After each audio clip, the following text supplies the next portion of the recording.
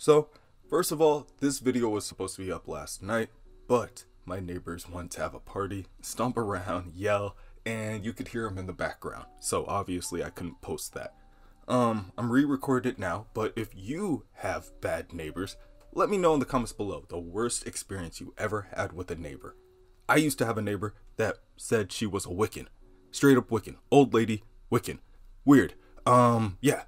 Either way, we are starting with Doom Patrol Volume 1 of Gerard Wey's run, brick by brick. All of the info is going to be in the description. Let me know how you guys feel about this, and let me know how you guys feel about Season 3 coming up, because I'm excited. Her name is Casey Brinke, and she only wants to do good things. When she was a little girl, her mother told her, "Be a bright star in a black hole," just before she flew into the sun. So, Casey stays bright. She stays white hot. Currently, Casey is daydreaming about race car drivers, crashed ambulances, and bombs dropping over Grenada, amongst other things, which really isn't the most responsible thing to be doing right now. Because Casey is driving.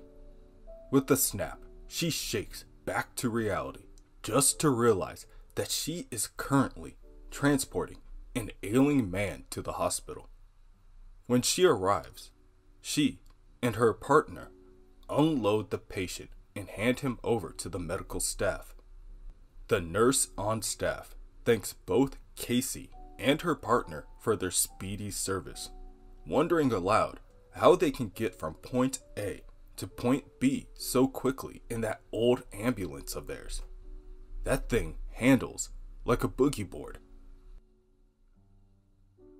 After a job well done, Casey and her partner hit an arcade and grab a bite to eat from a food truck serving gyros. Casey is new to the unit, but she's been doing this as long as she can remember, which she thinks is a very long time. She can't tell. She's tired, but not jaded. She's got a toothache, but she's still smiling. And Casey is currently liberating planets one angry sprite at a time. Sometimes she sees things on the job that makes her want to put her brain through a car wash, but she'll still hold your hand. In the ambulance, she's everything. In the ambulance, she's home. And every second behind the wheel stands in the way of the 5 words she hates saying. We tried everything we could. Casey's partner, Sam, is a nice guy. He tells Casey that they have been working together for about 3 weeks now. So, it's about time she meets his son, Lucius. He's weird, like her. "I'm weird?" Casey asks, looking up from the video game. Sam takes a bite from his gyro. "Oh yeah, you're weird. Coming in here, driving like that, spinning all kinds of crazy nonsense like that story you told me about your high school prom." "We were attacked by Fantahawks," Casey reminds him, "and my date turned into a pool of lavender membranes." Exactly what I'm talking about right there. It's cool though. My son is cool. He's really into heavy metal. Loves skateboarding. Just a little out there for some people. But I'm all he's got. His mother joined a cult about 4 years ago. Sam begins to feel strange and examines his food before continuing. You don't know what's going on inside of someone, really. There's a hidden universe in there, full of secret stars. Look at this gyro. A beautiful, colorful, multi-layered spiral. It's got tzatziki, it's got fresh vegetables, It's got texture and man's influence on nature and society. We think we know this euro, but we don't know everything. What's going on in there? Endless possibilities? Good versus evil? Just a whole world buzzing along, going about its daily rotation. Time might make no sense when you're living on a euro. Then, you put the universe inside of you. You feel me? Maybe we're all inside someone else's euro, Casey remarks. Could be, Sam answers before standing up and throwing the food into the garbage. Could be nothing at all. But what if there was something on that euro? What if there was a civilization sitting strangely on a chunk of meat hidden within the meal?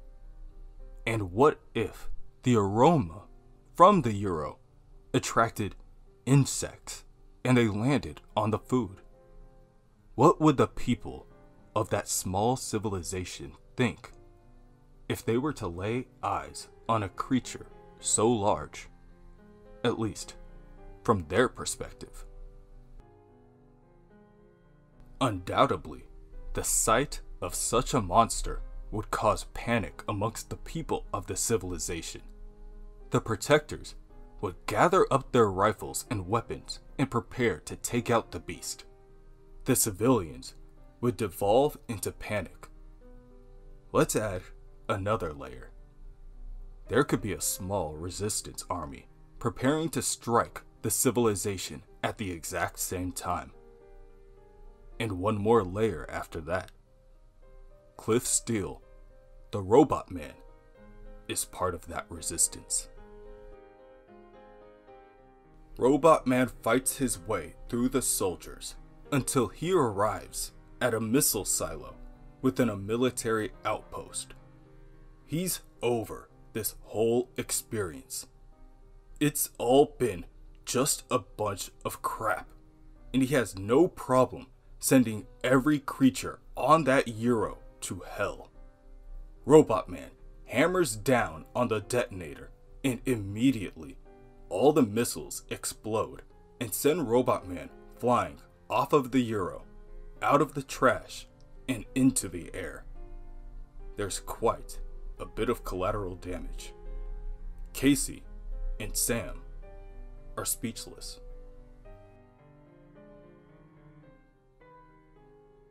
Elsewhere, a disheveled man in a dirty Hawaiian shirt, an overcoat, visor, and flip-flops drags his feet through an empty warehouse. "Danny?" he asks as he kneels over and picks up a brick. "Is that you? Is that you?" The man holds up the brick in the air and inspects it. "Nope." He tosses the brick over his shoulder into a pile of the other bricks he's already looked at. "Give me a sign, Danny. Give me a sign. Just come out and let me know you're okay. We can go back, Danny." The man cries out before falling to his knees. The sound of his own echo frightens him. "Who's that? Who's out there?" he barks out. "Leave me alone." Now, let's ask ourselves, what's going on with Niles Calder? At the moment, he seems to be minding his own business, sitting in his wheelchair within the park. In front of him, a keyboard, a smaller keyboard, and a synthesizer. He presses down on one of the white piano keys. The tone is off. He removes and replugs a couple of wires and retries. This time, the sound produced almost sounds like a buzz, similar to the sound a fly would make. Now, what would he do with that? Anything, really. Work is never over for Casey and Sam. They receive a dispatch instructing them that a pedestrian was involved in a hit and run. But when the two arrive, no one is to be found. Even more curious, when Casey makes a call back to dispatch for an update, she's greeted by a voice neither her or Sam recognize. The new dispatcher calls themselves M. "All right, M," Sam responds. "We are at 698 West Ricardo Boulevard and we see no sign of an accident. No victim, no blood, no cops. No one's here." At that moment, Robotman appears. He landed elsewhere and stumbled his way through the alleyways until he arrived just across the street from Casey and Sam. "Wait, Sam, what's that?" Casey gasps. "Some kind of wizard? Or, I don't know, what do you call that? It looks beat up." "Shit, it sees us! It's coming right for us!" Robotman's body creaks as he steps one foot after the other. "My head," he groans. He makes it halfway across the street when, out of nowhere, a garbage truck barrels by, hitting Robotman and shattering him into hundreds of pieces. And Casey and Sam are speechless. Strange enough, Casey's first instinct is to gather the pieces. The next day, at the Rondo Inn across town, there is a small business meeting going on within a conference room. The staff worker on duty fills the group's coffee cups and thanks them once again for choosing Rondo Inn for their next business solution. She hardly has time to finish her sentence before they push her out of the door. Once the coast is clear, everyone in the room starts either glowing or expanding, each revealing their true form. "Umbra Calabra," they chant. "The message is the meat. Tender cuts, fine and sweet." The businessmen that expanded comment that they hate meeting on Earth, and they hate the Rondo Inn. This better be some groundbreaking shit they're about to see. Soon after, one of the ones that glow begins their business pitch. "Thank you for meeting us here. We wanted a private channel, free from the observant. Security being the issue. We trust all goes well with the business on Gloam." "You know how it goes," replies one of the expanded. "That's why we're here. Get on with it." The one that glows continues. "As you know, Goobfoobers is introducing an all-new mentally healthy meat menu to all its locations. It's a really big campaign. There's a tie-in with a new film franchise involving talking Fribs, voiced by Axtian teenage idols. A portion of proceeds goes to some virus research." "Fuck Goobfoobers and fuck charitable proceeds," says one of the ones that expanded as they slam their fist on the table. "People want flavor. People want to be the kind of disgusting they can afford. I'm disgusting and I love it. That's what's happening." Well, that hasn't exactly been working out for your chain, Move Goobers. What if I told you we found a potentially unending, regenerating supply of stress-free meat? Basically, at no cost. Our agents have discovered the existence of a sentient organic generator sprawl. the sprawl is capable of creating and sustaining life due to some kind of spike in its energy factors. The plan is to locate, infiltrate, invade, and capture the source, then torture the sprawl into producing product. We even have a whole campaign worked out. We call it Danny Burgers. Elsewhere, Casey arrives home after her shift and places a box of Robotman's body parts on the kitchen counter in her apartment. She had to make 2 trips. Her roommate started lecturing her after the first. Furthermore, he huffs, your perky quirky personality might have gotten you far in EMT school, but it has 0 effect on me. In fact, I find your vigor for life highly irritating. And how are you late with the rent? I mean, they do pay you for saving junkies, right? While you're out there looking for money, get the trash to the curb, he says, pointing to the box of scraps. It isn't trash, it's a Robotman. Of course it is, because you don't make any sense. At that moment, there's a knock at their door.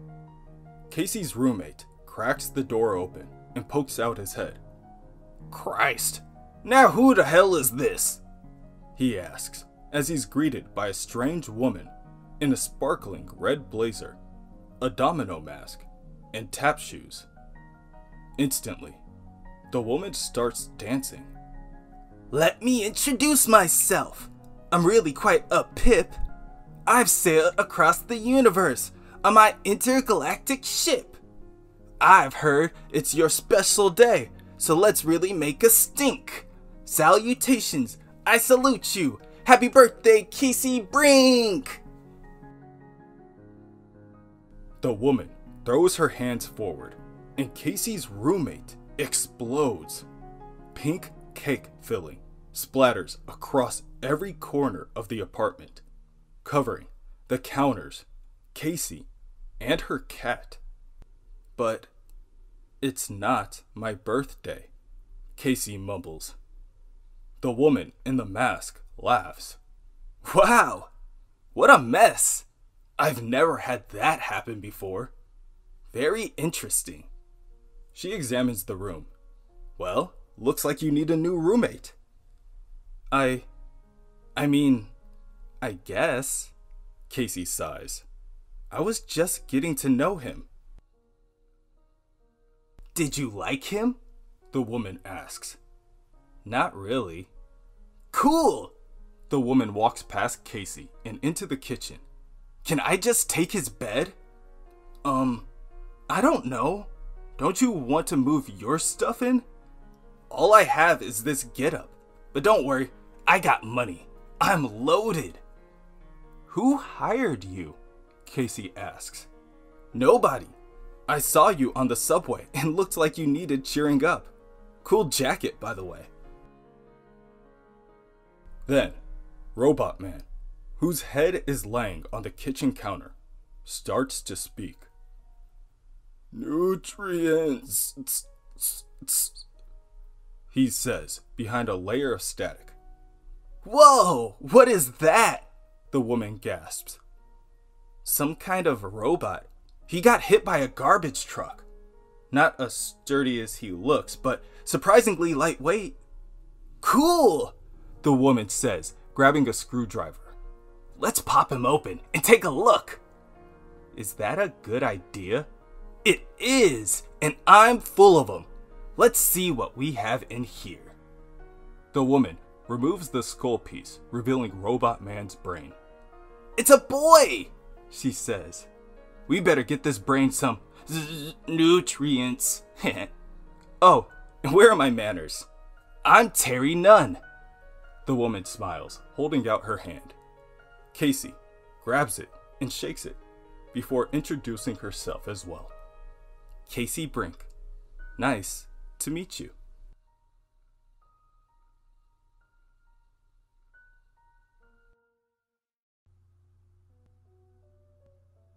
What's up, everybody?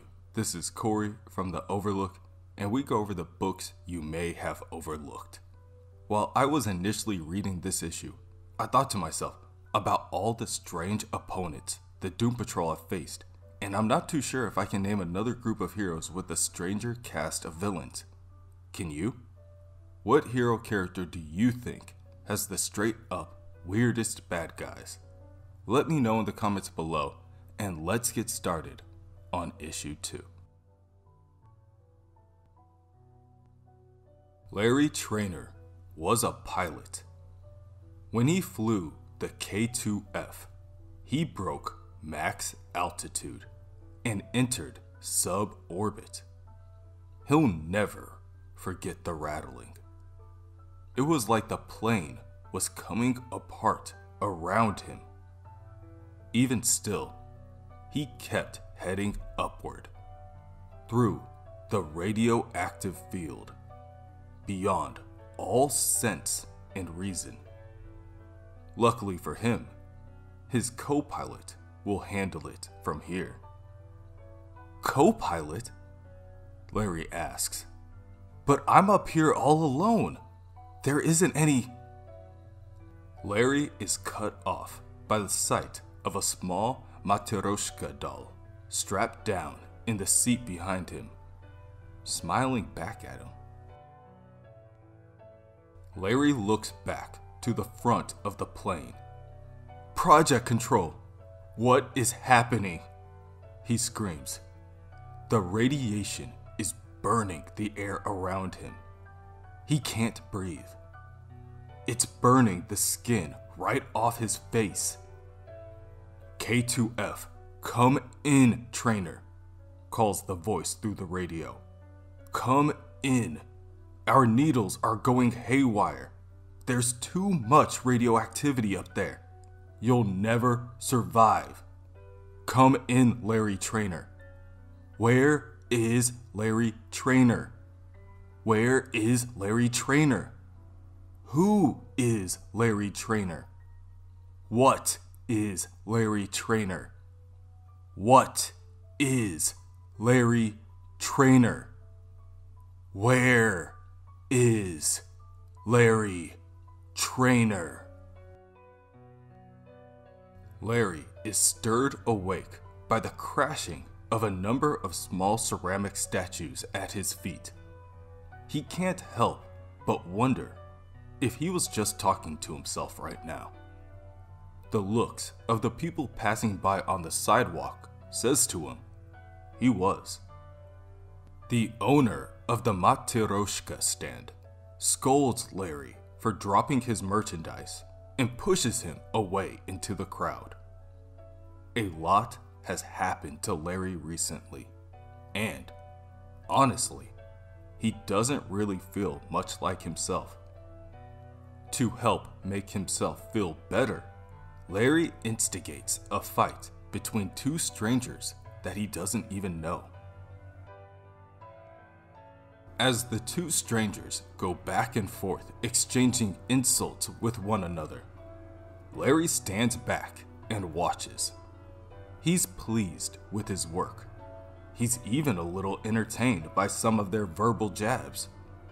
Maybe too entertained, because one of the men hears Larry laughing at his expense. He approaches the ex-pilot, sizes him up, and easily pushes Larry to the ground. So easily that the man comments that Larry must be made out of straw.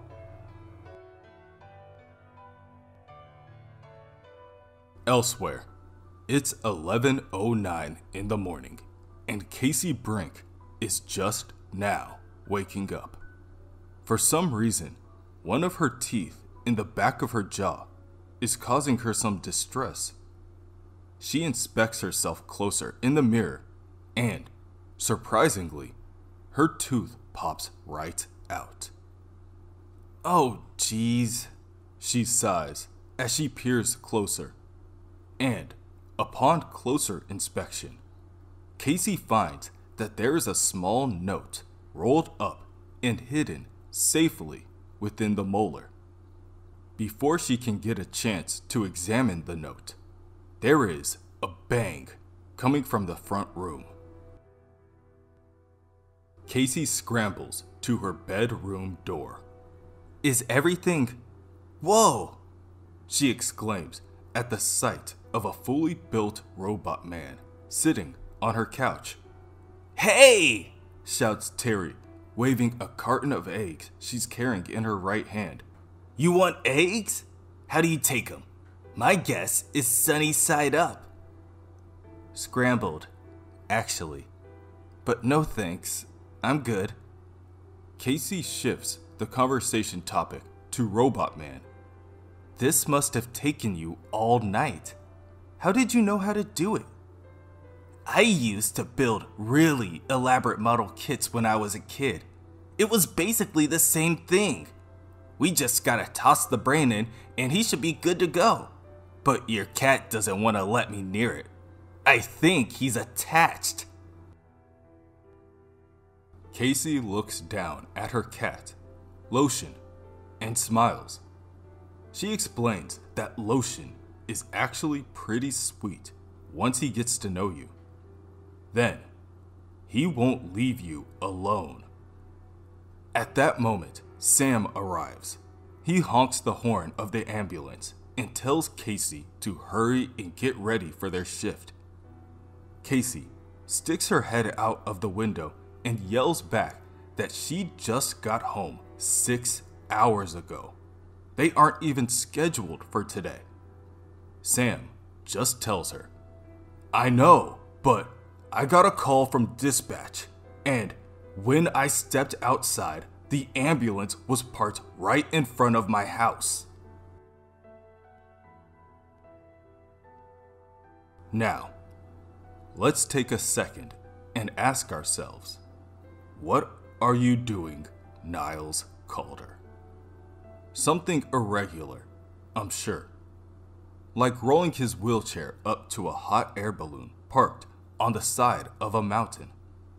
Perhaps Niles wants to get a good look of the top of the mountain. Perhaps the top of the mountain wants to get a good look at him. Casey and Sam receive a call from dispatch instructing them that there is an intoxicated male who appears to have been injured, and police are on the scene. When Casey and Sam arrive, they are met with an angry shop owner and Larry Trainer lying on the ground, convulsing.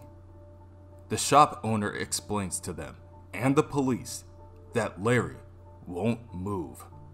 He messed up the shop owner's cart. He started trouble. Then he just laid there on the sidewalk and didn't move. The police tried to stop Larry, but he's just babbling. He yells out, "I can hear the black dog pissing on a pile of broken glass. The city doesn't want you to know it hates our guts, but I'm here. I'm not pretending. I'm a negative space in a negative world." At this, one of the police officers throws up his hands in defeat.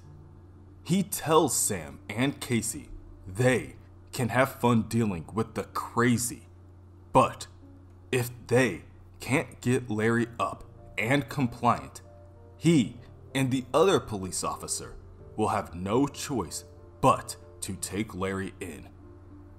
"All right," Sam says before turning to Larry. "Can you move, sir?"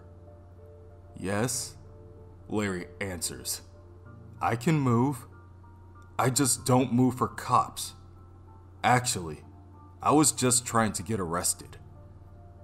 "Punk rock, my friend. I love it. Now, come closer and let me take a look."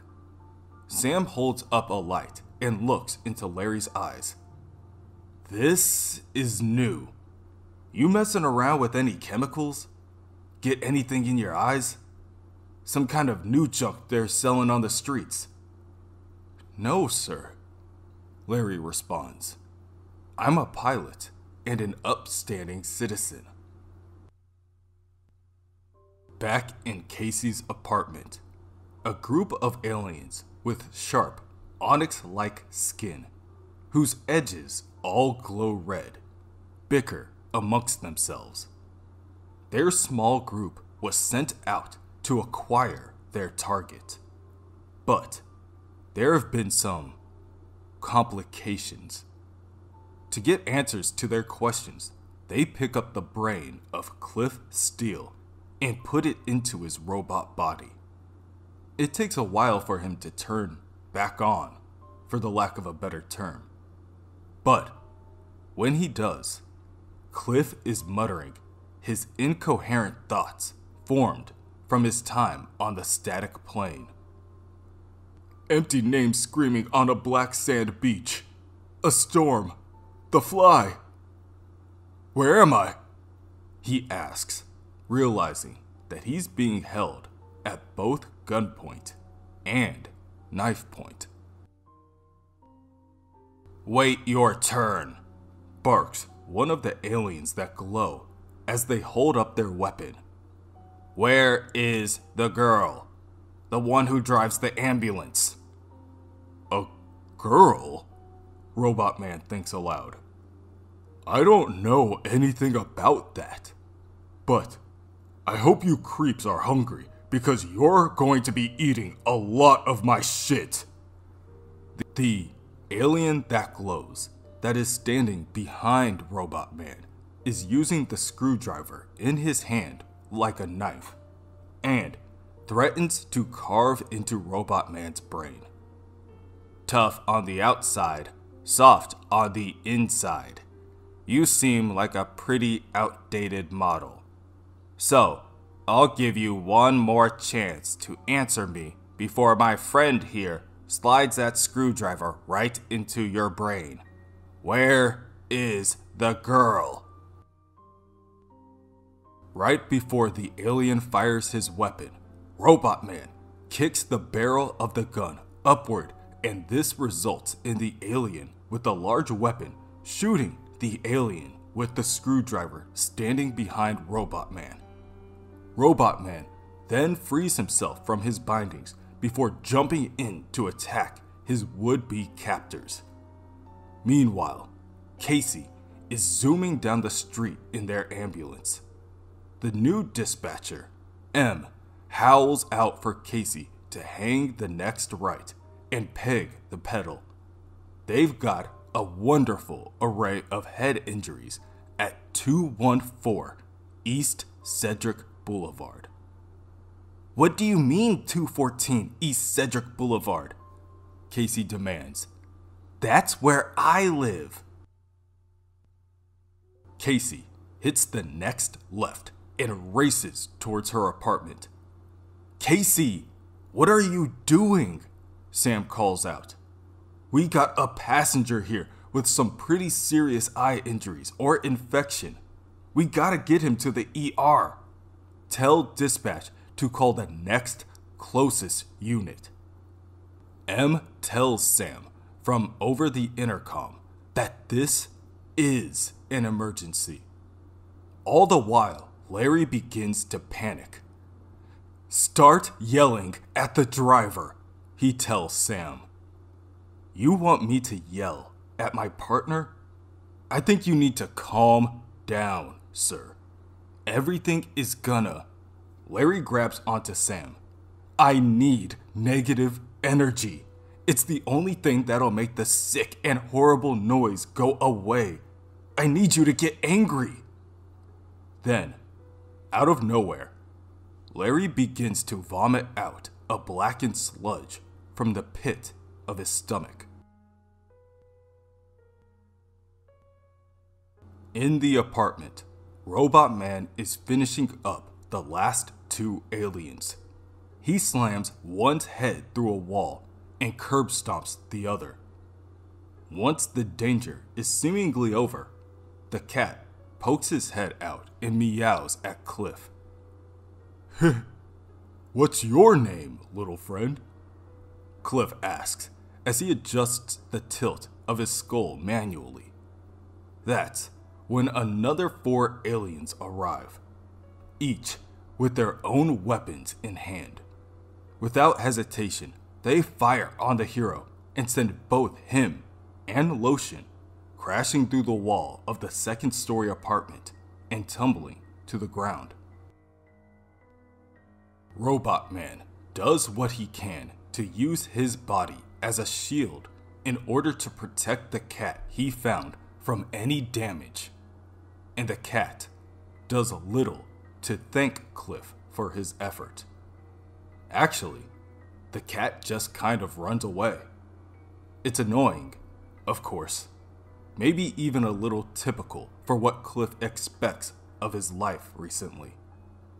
But before he can dwell on it, he is met with the rumbling of footsteps going down the staircase inside, and he gets angry. "You no good, stinking, lousy crumb bums!" Robotman yells as he charges in to attack. The first of the aliens that glow gets uppercutted by Robotman, and instantly they are out of commission. The second one in line gets a double fist hammer to the top of the skull, crushing it and pixelating it as it does so. He then hits an alien with a backhand to the jaw before Spartan kicking the last one through a car windshield. Robotman tells the group, "I know I should leave one of you alive to find out who sent you, but I'm having a lousy day." At that moment, an ambulance screeches to a halt behind Robotman. Casey frantically jumps out of the front seat of the vehicle before running around to inspect the damages. "My place! My cat! Where's my cat?" He ran away," Robotman tells her. "I'm sorry, there was a lot going on." At the sound of Robotman's voice, Larry crawls out of the back seat of the ambulance. "Cliff?" he mumbles. "It's really you!" "Larry?" Cliff pauses. "Why do you get to be handsome?" Larry disregards the question, instead hugs Robotman. "Cliff, I don't know what's going on. My head is full of bad vibes, and I can't think straight. I don't know where anyone is. The negative spirit." Before Larry can continue, Robotman stops him and walks back into the apartment. If he is going to have to deal with crazy today, at least he's going to do it with some pants on. It's momentarily formless, shifting, bending into nothing. It searches for missing things. It hunts for missing pieces. It seeks the most, the one known as Larry Trainer. It is joined with a spirit that is nothing, and they are missing Larry Trainer. It collapses within itself, folding infinitely, over and over for what seems like the millionth time. It turns inward to what is zero, what is gone. Black Sun's warmth embraces it. Black Sun, it is forgiven. In again. In again. They turn to the place beyond existing, beyond physical things, and into the space that was memory. Deletion. A shadow form haunts that feeling. It knows that feeling. They don't believe it. They cannot see it. It is nothing. Later, at Mercy General Hospital, Casey and Sam are being put on probation. Their boss tells them, "You disappeared last night. You run off with hospital property, and no one knows what's going on with either of you. You're both suspended, pending investigation." Honestly, neither of the two of them can believe it. But, with nothing else to do, Sam regrettably decides that he'll just have to sit around, unpaid, and wait to go back to work. That is, if they have their job still when it's all over. Sam waves goodbye, telling Casey, "I'm tired, and I'm heading home. You take care of yourself, Casey. I'll see you around." Casey huffs as she says her goodbye. She knows she shouldn't, but for some reason, something is telling her to check back with the ambulance. To her surprise, the back door is unlocked. Once she opens the door, the radio blares on, and it's playing some Disney show tune. "What is going on?" Casey yells out. To this, the radio turns off for a moment. Soon after, a friendly voice arrives on the airwaves. "Simmer down now, love. What's all this shouting about?" it asks. "Why don't I need to use the radio to talk to you? Why are you sending us to pick up robots and weirdos? Who are you?" "Questions!" the voice exclaims. "Well, now that we've gotten all chummy, you can call me Danny. And trust me, we're doing very important work picking up those pieces. Come closer," Danny instructs Casey. And Casey obliges. She peers forward towards the radio. "Closer now," Danny continues. "That's it. Give us a proper look at you." Once Casey is close enough, Danny asks her, "Do you ever wonder if you've already gotten to where you are going?" At that moment, the ambulance collapses into pieces. Chunks of metal tink and clang as they hit the ground around Casey, revealing to her that she's no longer in the hospital parking garage. Casey now stands alone in an open room filled with tables and chairs, each of them with their own red tablecloth and candle. In front of her, a few steps leading to a stage. And that's when she hears a voice come from behind her. "Excuse me, miss. I believe I can help you out." Casey turns around and sees a strange man standing behind her with his hand held out to escort her up the steps. "Who are you?" Casey asks. "I'm Flex Mentallo," says the man. "Man of muscle mystery. And you're Casey Brinke." "How did you know that?" "Because everybody in the cabaret knows Casey Brinke." Once the two reach the center of the stage, Flex pushes aside the curtain. "Are you ready?" he asks Casey. "For what?"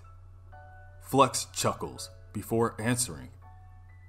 "For Dannyland," he tells her.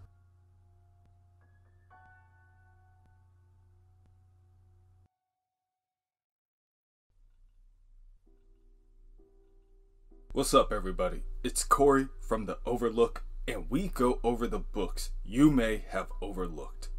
Today, we are covering issue 3 of the 2016 Doom Patrol run.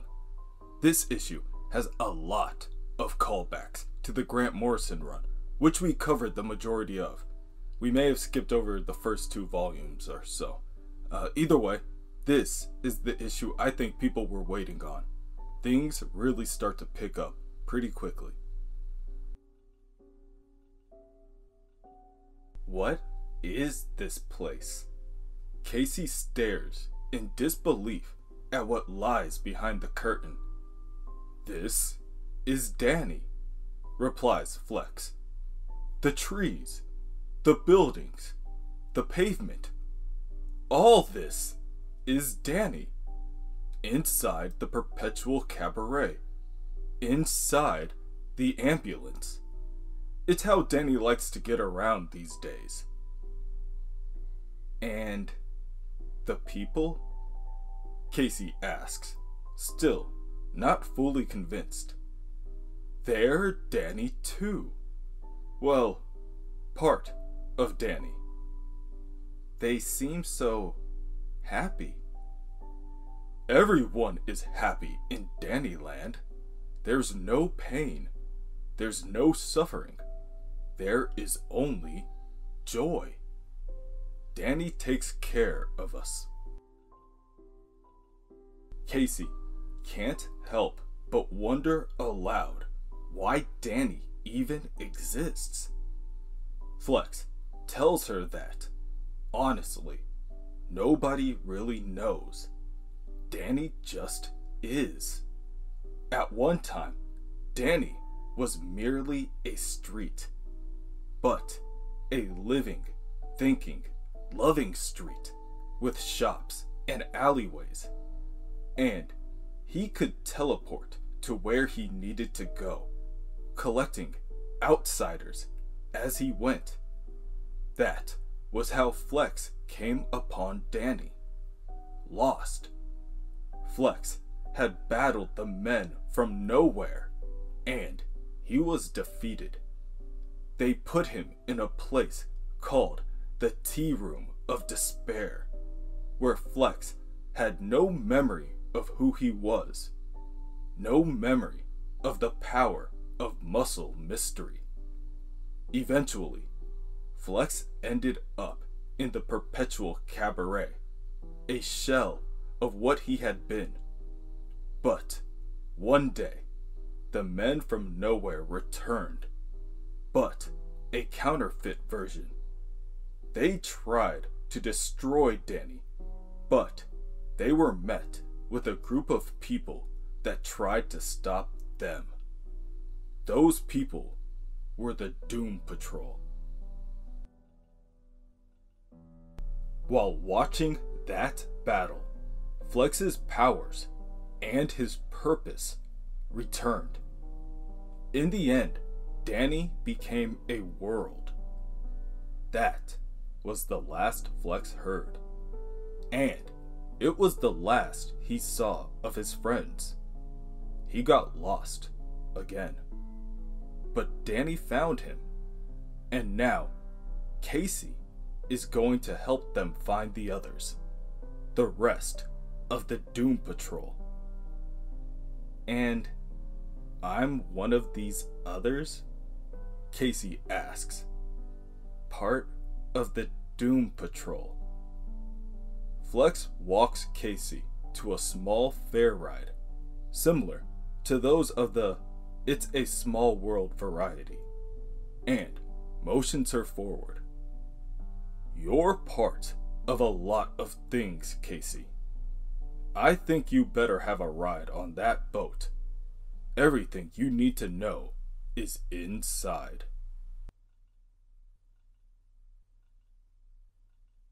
Elsewhere, back in Casey's apartment, Robotman has successfully found his missing pants in the box on the counter. After, he walks over to see how Larry is doing in the bathroom.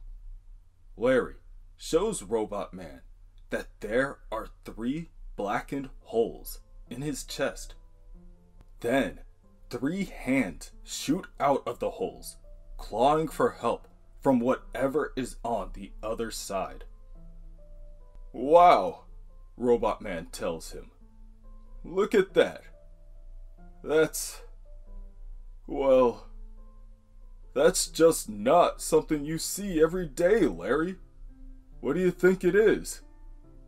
"That's the thing, Cliff. I'm not really sure. There are little bits of memory kicking in my head. The last thing I remember, Oolong Island, being with you, Rita, Jane, and the others. I was still part of the negative spirit, and, like usual, still emitting dangerous radiation and wrapped in my special bandages." Larry explains. He remembers the beach being chilly. Larry was thinking about his life. He was thinking about all the people who were once part of him through the negative spirit, the fragments that never really go away. Larry was struggling to know himself, always struggling. And something ripped Larry away from that island, like a shot, like getting hooked off a talent show for telling a dirty joke. Something was pulling Larry, light years from the island, through the deepest parts of space. Noise, distortion, not fully anything, a different kind of nothing. He awoke in some kind of cylinder, in a place he'd never seen. A bunch of weird little desks were sprawled out in front of him, like a classroom, but not like any he's seen before. But something else was happening, Larry explains. Someone else was there. Then, there was pain, like being ripped apart and sewn together at the same time. I went to sleep. I can't remember how long. I didn't dream. Eventually, I woke up on Earth, myself, but not the self I was used to, with an eerie sense that something was after me, Cliff. We gotta find the chief. Larry grabs onto Robotman's jacket and shakes him back and forth. "No way!" Robotman barks back. "He's a dangerous megalomaniac, and he's the one who caused the accidents that made us freaks in the first place. Them what's-a-who's-its in your chest are messing with your brain. You're coming with me, and we're looking for Jane and Rita and the others." At that moment, Terry Nunn arrives back at the apartment. She strolls through the front door with a box of pizza in her hand, yelling out, "Casey, where you at? I got the best kind of pizza. Free mushroom pizza." Then, she sees Cliff and Larry. "Hey, what are you guys up to?" Robotman turns on his heel before firmly holding out his hand to introduce himself. "Cliff Steele, attorney at law. Me and my associate were just getting out of here." "No, it's cool," Terry tells them. "You guys can stay. Have you seen Lotion? Lotion the cat?" Suddenly, without warning, Larry begins to vomit out more of that black bile. "Holy crap!" Terry shouts. "Let's get him to the living room." Robotman agrees and helps Larry to his feet before helping him over to the couch. Larry struggles to groan out the words. I need more negative energy. The post waves from the violence you caused must have kept me going." "I do my best," Robotman admits. "But now my guts are clawing out." Larry is cut off mid-sentence by a screeching sound coming his way. Christ! Can you hear that too? I need air! Terry plops herself on the couch, pulls out a slice of pizza, and takes a bite. Lucky for Larry, the girls just got a new window installed. Larry turns to the large hole in the nearby wall, and that's when he sees it. Larry, trainer, it hisses. We have followed your scent and have come to take you home. We must be judged and joined to become whole in the negative space.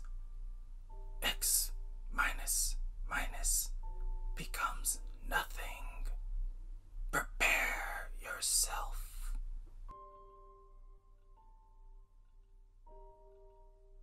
Back at the Mercy General Hospital parking garage, a small group of the aliens that glow approach Danny the ambulance with sledgehammers in hand. There you are, Danny, says one of the aliens. You've been hiding, but the girl led us to you. The energy spikes were hard to ignore. Does she even know what she is? Asks another of the glowing aliens.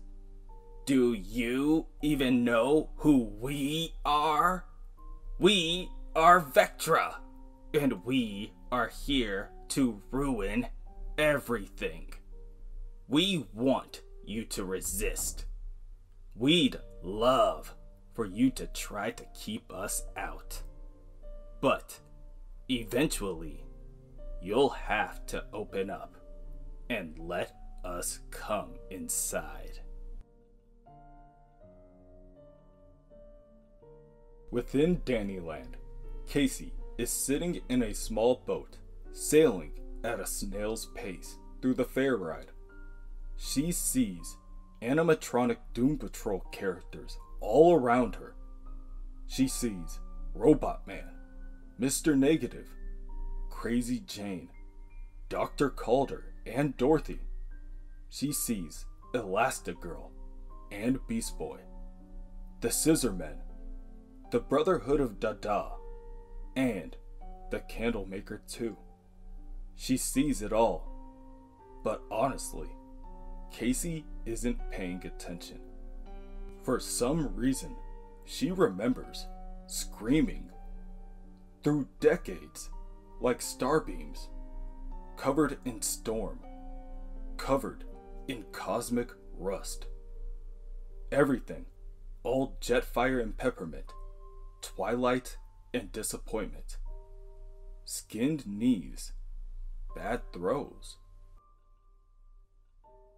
Everything, one after another, clouding Casey's mind. Her date tells her a joke. His carnation is pressed against her shoulder and they're dancing. He's nervous. She drops atomics. She levels buildings like she's blowing out candles on a birthday cake. These things happen in war. Forever ending, forever beginning. That's what Casey thinks. Casey gets tired of the boat ride and hops out in order to find the exit. That is how she comes across a large wooden door, sitting within an open mouth that's smiling and missing teeth. What's the password? It asks. Casey thinks back to earlier that morning when she lost her own tooth.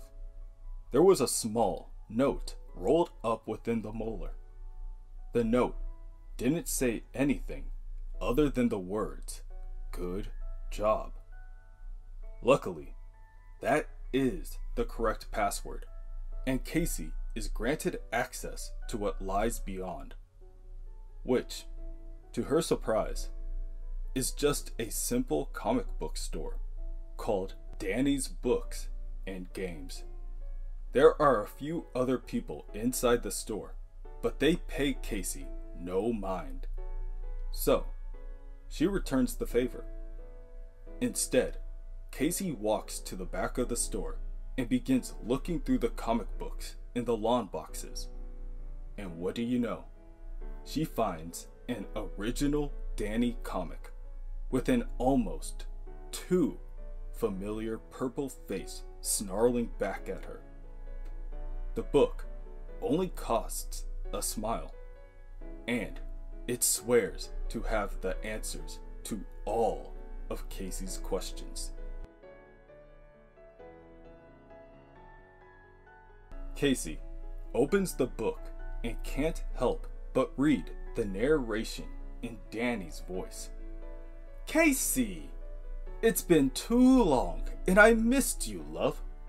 I'm sure that dolly little head of yours is filled with questions. So, let's not delay. You began life as Casey Brinke, captain of the St. Michael's Children's Hospital Jamboree Fighting Squadron in the pages of Danny Comics.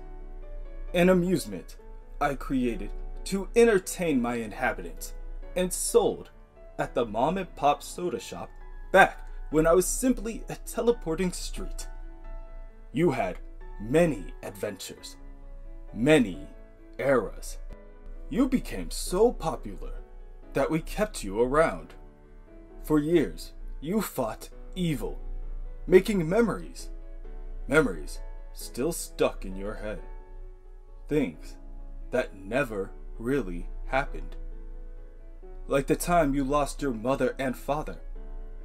Your mother sacrificing herself by flying into the sun, destroying what your father had become. None of it is real. It's all just pages from a comic. So, I imagine at this point you're having some sort of existential crisis, and that's to be expected. But here's the thing. Something happened. Something bad. But I'm more powerful than I've ever been. I used to attract people, but now I can create them. All the smiling faces you've seen walking around Dannyland. But you come from my daydreams, Casey. You're the first superhero I was able to generate. You're made up, but you're made real. And I'm so very proud of you. You are Space Case, captain of the 33rd Novafang Starfighter Brigade, dreaded and feared across the 6 galaxies. Newborn, starbound. By day, you are a driver and a caregiver at the Twilight Sun intergalactic home for elderly care. It's why you are drawn to being an EMT, and why I've taken the form of an ambulance. To find you. To help you ease into what you are. To watch over you. To protect you. To help you hide. But they've found us, Casey. And we need to stop them. Everything is coming back to you. Your powers. Your hardships. Your scars. It may get a little uncomfortable, but I'm here for you. You can call me Danny, or you can call me Dad. But it's time to fight back. It's time to join the Doom Patrol. Casey stands there in the bookstore, and she can't believe what is happening. She won't. Talking streets, comic books, fake ambulances, It doesn't matter. Casey lifts her hand to her chin and feels a rugged shred of skin. It's a scar. A scar she didn't have this morning. The thought of how she received it flutters to the forefront of her mind, and she rejects it. That's it, I'm out, Casey spouts, tossing the comic on the ground and heading for the door. But before Casey can leave, she is greeted by a very familiar, friendly little creature.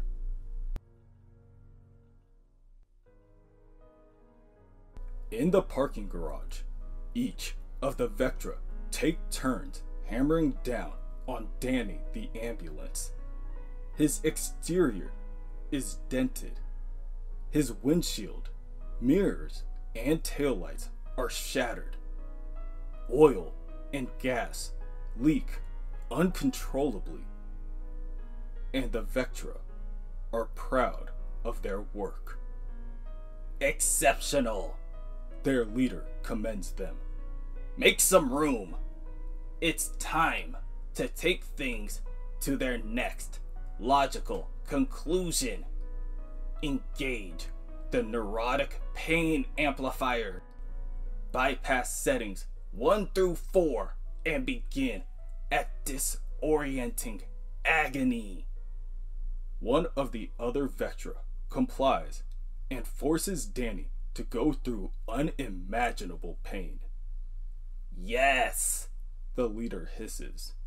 Yes, yes. Release your fluids. Level 6, level 7. You will open up and let us in. We will obtain the meat.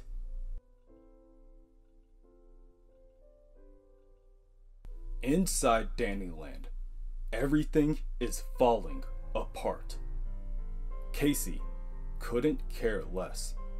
She stomps forward, searching for an exit with the small pink creature running close behind her. It desperately tries to convince Casey to slow down, but it can only say the word thug with 2 G's. I don't want to hear it, Casey tells it. I'm done with this. All around Casey, people are pushing and shoving as they run away from the destruction behind them. Buildings and park rides are crumbling to the ground all around them. Casey still doesn't care. Flex Mentallo sees Casey marching towards the destruction and calls out for her. Casey, wait! You haven't fully recovered yet. You're still coming back to your reality. You're powerless now. Casey, wait! Casey steps back into the perpetual cabaret, caring little of what either Flex or the small furry creature has to say. She doesn't stop until her body, literally, forces her to do so. She steps down with her right foot, and suddenly, it's gone. Just gone. Casey's right foot and a portion of her leg disappear and leave the unsuspecting Casey to crash to the ground. Where is my fucking leg? She screams out. It doesn't matter. She's not going to let this stop her. She's going to get out of here one way or another. Casey crawls forward and reaches for the ambulance door. That's when one of the Vectra reaches out from the other side, snatching up both Casey and the small creature following her. Yes, cheers their leader. Restrain them. Transfer her to the mobile slaughter unit, though she is to remain unharmed. The rest of you, spill in. We must be quick. We must be fresh. Secure the amusement park and round up the inhabitants for cleaning, even the smallest morsels. We shall relocate the sprawl to MSU X19 for further extraction. Within the apartment of Casey Brinke and Terry Nunn, the negative spirit is attempting to purge its knowledge into Larry Traynor. It hisses, "It's time to fold within Larry Traynor, to become nothing." Robotman can't help but interject, Yeah, we get all that. But that's my friend you got there." The negative spirit pays Robotman no mind, but still finds the value of Cliff's companionship. "Witness. We must have a witness to this rejoining. Clifford Steele, do you accept?" Robotman can't help but wince as he answers the question. "Yeah, sure, whatever. Just as long as we..." "Then it is so," bellows the negative spirit. "Hold fast, humans, and part human things. We shall be entangled to the negative space." Yellow energy begins to crack around the room before it is consolidated into a bubble that forms around the three. With a burst of energy, the bubble pops, transporting the three elsewhere. Terry, whom is still on the couch, tells them all, "Good luck," and a small smile cracks the corners of her mouth.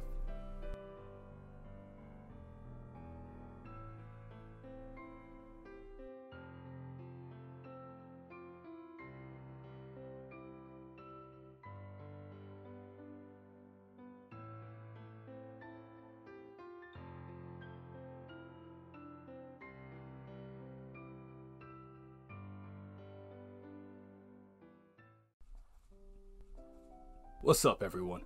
It's Corey from the OverLook, and we go over the books you may have overlooked. So, now is a pretty exciting time for the channel. We are just about to hit 1,200 subscribers, and that means a lot to me. I just wanted to thank everyone for your patience while I slide back into working full-time. I quit my job in January, and I've literally only been working on YouTube and Twitch since then. Sadly, I haven't even made my first $100 yet, so I can't really rely on this to get my bills paid, but the marathon continues. The race is never over, and we aren't going anywhere. Before we get started, let's ask ourselves, what's going on with Niles Calder? Currently, Niles is working within his lab, soldering wires and putting the finishing touches on a new robot duplicate he created. He is a man obsessed with life, after all, prolonging it, controlling it, creating it, and he loves his creations. He has pride in his creations, but sadly, none of them ever seem to have the same level of joy when they meet him. Sam is a good guy. At least, he tries to be. Him and his partner, Casey Brinke, were recently put on unpaid leave from their EMT jobs at the hospital. It's given him some time to catch up on his sleep. That is, until he is shaken awake by an unfamiliar sound. Kabamok, kabamok, kabamok, kabamok. Sam sits up in his bed and lets out a deep sigh. "You gotta be kidding me." He then leaves his room walks past his sleeping mother in the front room and stops before knocking on the closed door by the staircase. Lucius? It's your father. Open up. There's no answer. Lucius? Sam cracks open the door and finds his son sitting with his legs crossed on the ground in the center of a pentagram made of salt and an abundance of candles. I'm busy, Lucius snaps. Sam lets out another sigh and walks into the room, closing the door behind him. I thought we talked about this. You talked. I chose to ignore you. Your grandmother's gonna be pissed if she catches you doing this again. And you're gonna give yourself nightmares. I'm 15. I don't have nightmares anymore. Sam winces at his son's aggression and attempts a different approach. And why you gotta be a sorcerer? Why can't you just play video games? Like normal kids? Lucius finishes. Yeah, I mean no. Look, Lucius. Yeah, Dad? That sounds good. I'll drop this whole bettering myself through metaphysical exploration thing, and you can go back to doing karate. Now, Lucius, we don't talk about my karate. We don't talk at all, Dad. Lucius rips off the cowl, hiding his face. You come home from work and walk past me like I don't exist. Again, Sam is caught off guard. Now, hold on a minute. But Lucius continues venting his frustration. Water builds in the boy's eyes behind his glasses. But hey, I'm used to it. The kids at school treat me the same way. I got no one there. I got no one here. We're not a family. We're not friends. We're not anything. Mom's never gonna come back if we don't. Your mother's never coming back. Sam shouts back, waking his own mother in the process. Instantly, he regrets his words, lowers his head, and walks out the door. Elsewhere, the negative spirit has successfully transported Larry Trainer and Robotman to the negative space. It's an empty landscape filled with desert mountains, and a single alien monolith towers over them all. On top of the monolith, a giant bulbous object with light emanating from the center. Larry Trainer, the negative spirit hisses. We have arrived, Larry Trainer. It is time. Wake, human thing, and behold Nahal, the negative entity. Larry and Robotman hover there, staring in awe at the massive monolith. The negative spirit continues. This is the primordial atelier of our cast. Touch and enter. The two hesitantly look at each other, nod, and raise up their arms to touch the side of the structure.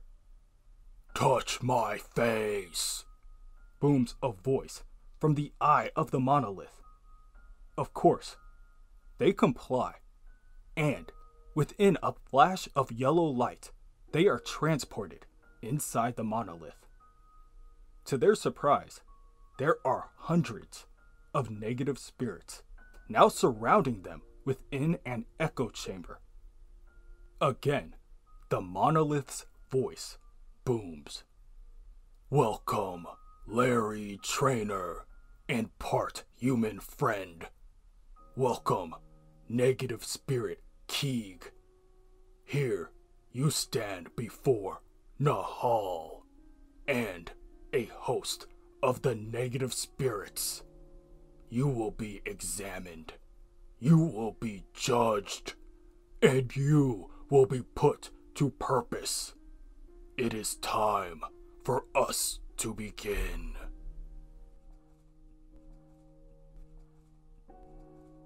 Now, let's check back in with Niles Calder, the habitual snoop.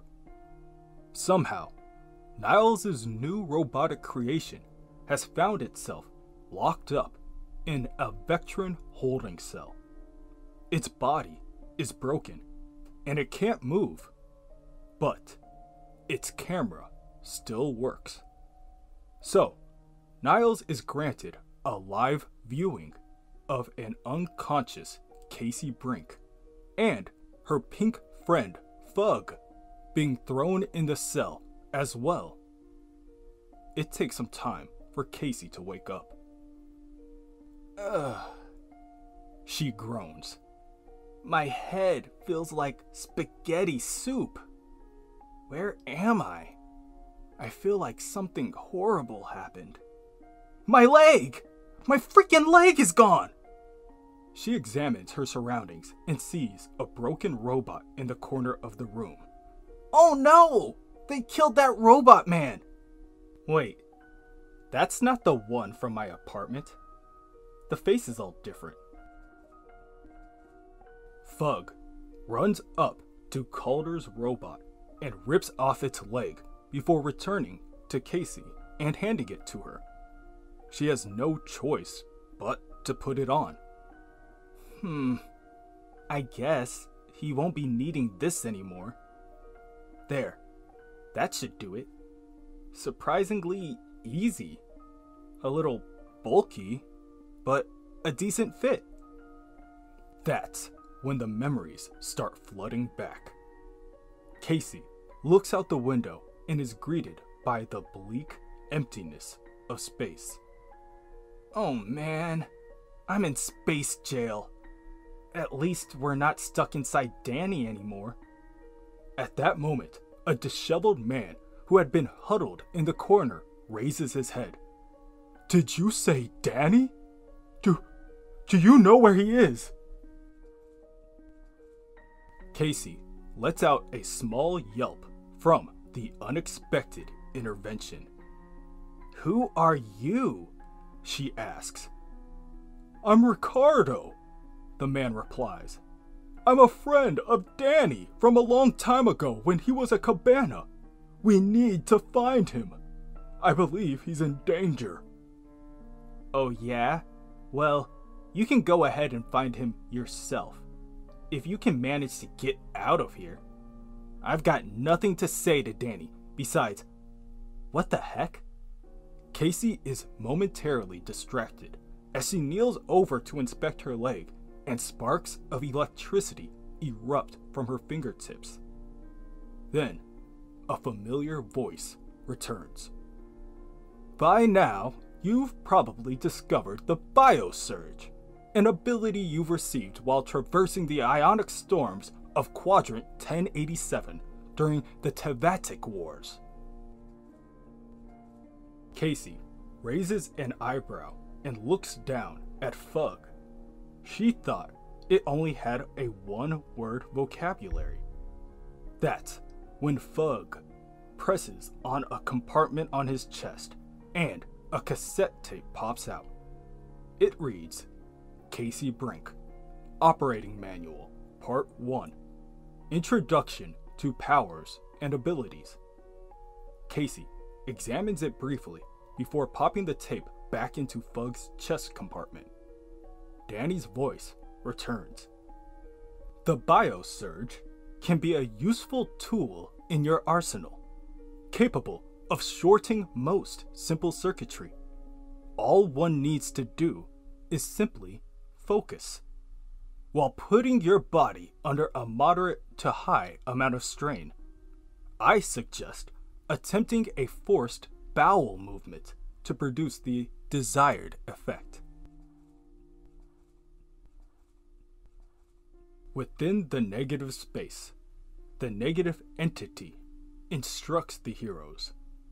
Captain Larry Trainer and negative spirit Keeg Bovo, by separating from, partially merging with, and fragmenting the negative spirit, you have broken the 9th law of the negative space and hereby sentenced.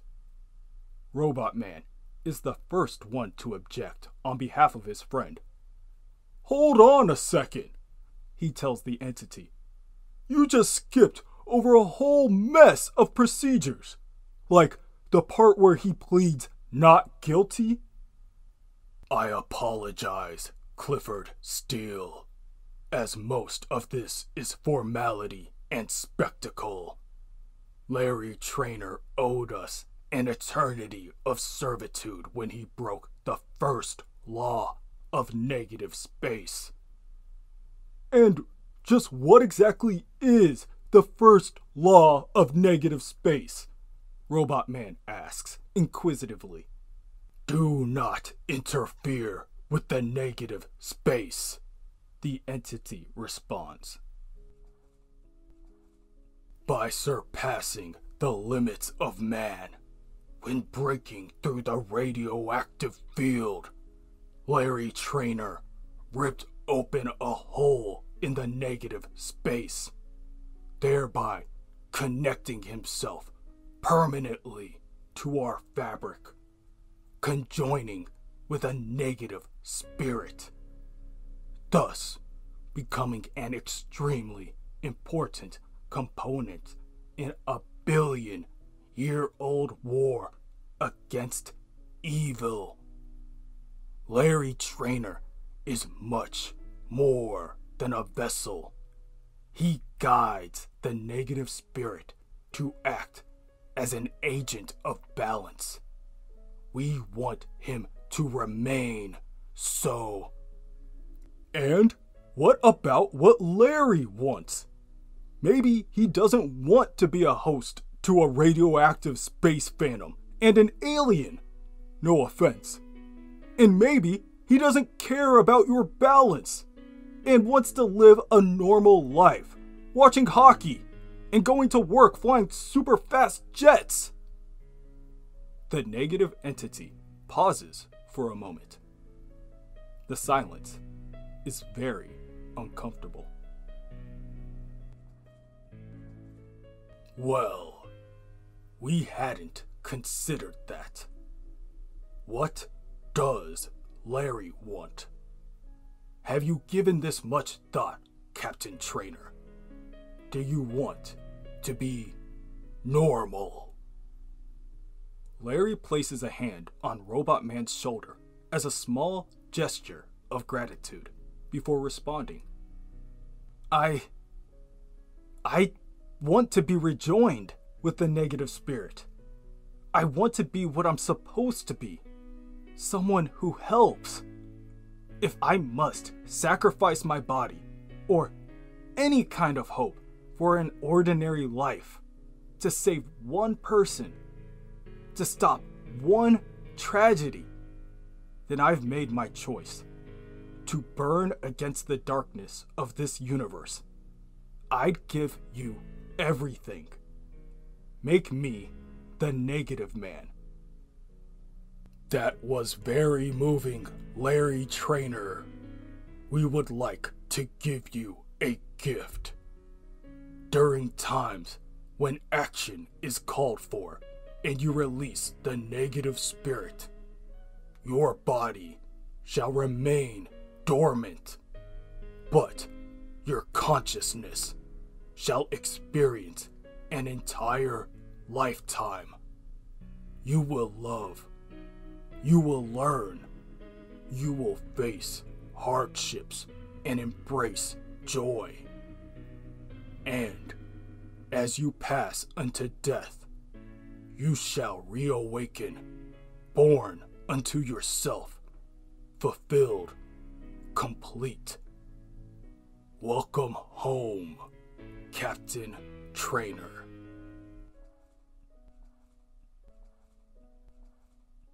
Back on the mobile slaughter unit, X-19, Casey, Ricardo, and Fug have escaped from their cell and are racing down an empty corridor. "Where are we going?" Ricardo shouts. "I'm not sure," Casey responds. "But I have a feeling I'm leading us out of here. Hold on. Don't move." Casey and the others hear the sliding of a door open, and they all hide behind a corner just in time to avoid a number of Vectra entering the corridor. "This has been an enlightening day," says one of the high commanders. "When shall we inform the Glomes of this new development?" "Never!" another commander answers. "We will provide those disgusting nematodes with the agreed upon product and keep this to ourselves and Vectra Prime. Inform all Vectra units on standby that we shall postpone the search for damaged meat inside the sprawl tomorrow until we figured out what we're dealing with." The motley crew waits until the Vectra are a safe distance away before Casey uses her new biosearch ability to open the door they exited out of. The door slides upward and reveals a small room with Danny the ambulance, in the poor condition he's in, fastened down by numerous wires that are extracting the resources from out of him. "Hello, loves," Danny coughs. "Bona tuvada." Ricardo collapses on top of Danny's hood. "Oh, Danny, what have they done to you, my dear friend?" Casey, on the other hand, is only concerned with getting out of there. She wants off the ship before any more of her body parts fall off. Casey tells Danny, "I feel used. I feel manipulated. I'm not even sure which thoughts are mine and which ones you made up in a comic book. Did you put that thought there?" Danny tries to reason with her, but Casey ignores him. She presses on every button she can find in order to free Danny from his restraints. "I'm not your action figure, Danny. Suddenly, a door opens. Casey stops what she's doing and stands there, staring in disbelief at two large meat grinders. Blood is splattered on the wall and the floor and the ceiling, staining everything.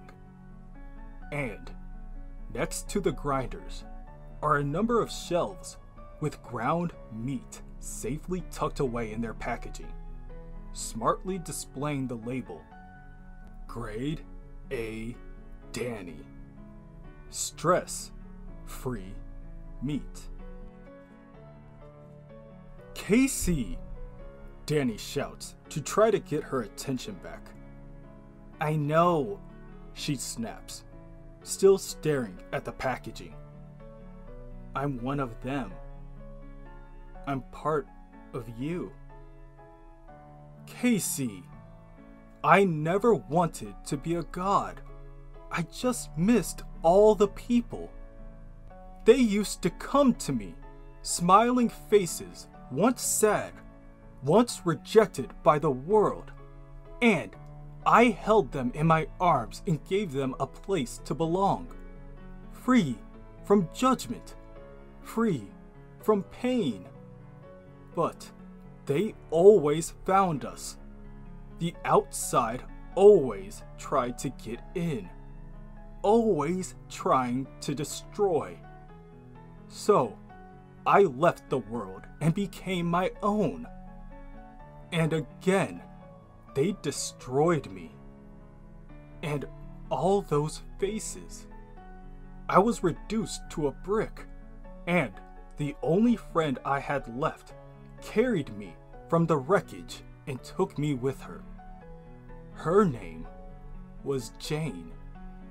And after I took a brief stint as a cabana, we decided to go on a trip to see the universe. I reduced to my more portable size and gazed at the stars. We saw the cosmic oceans of our great expanse. We met such fantabulous people. Until one day, we met a stranger who called themselves D. They seemed nice enough. They brought us to a lot of parties, showed us things we had never seen before, like galaxies dying, stars reborn.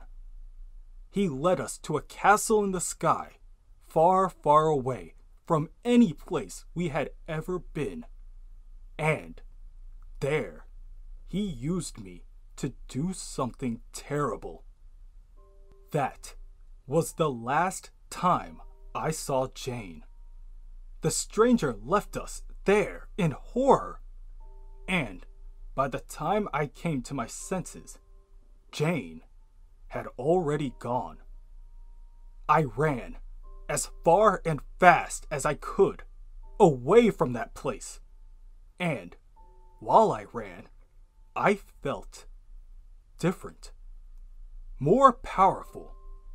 A change had occurred in me, and I decided right then and there I could make people, better people, and someone to protect them, to make the outside world a better place for them to live, free from horror, free from tragedy. That someone was you, Casey, dear. You can change things. You're fast, Casey. Faster than anything imaginable.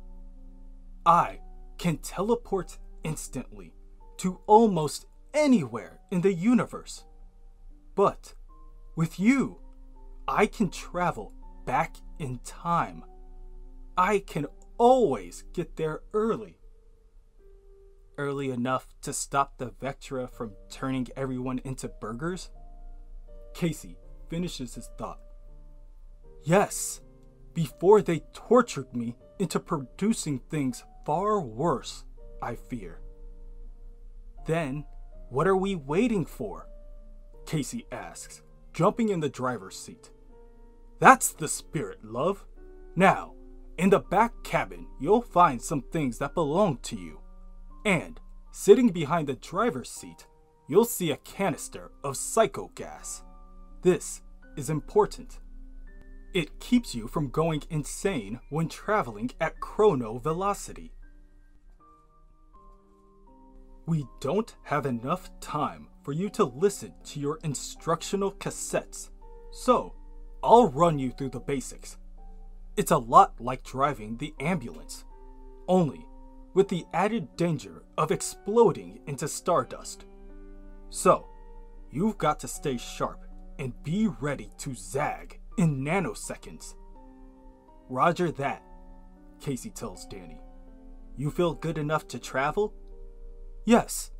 Aside from slipping into a pair of 8-inch heels, I can't think of anything I'd rather be doing. Casey grips firmly onto the steering wheel. Then let's go, she shouts. Now, we are going to need help if we want to stop the Vectra. So, before we turn this vehicle around and head back in time, we need to make a brief stop and pick up some friends. I'll show you the way. Now, floor it, Casey. Casey stomps down on the pedal, and Danny the ambulance blasts through the wall of the space station, blissfully unaware that they are being watched.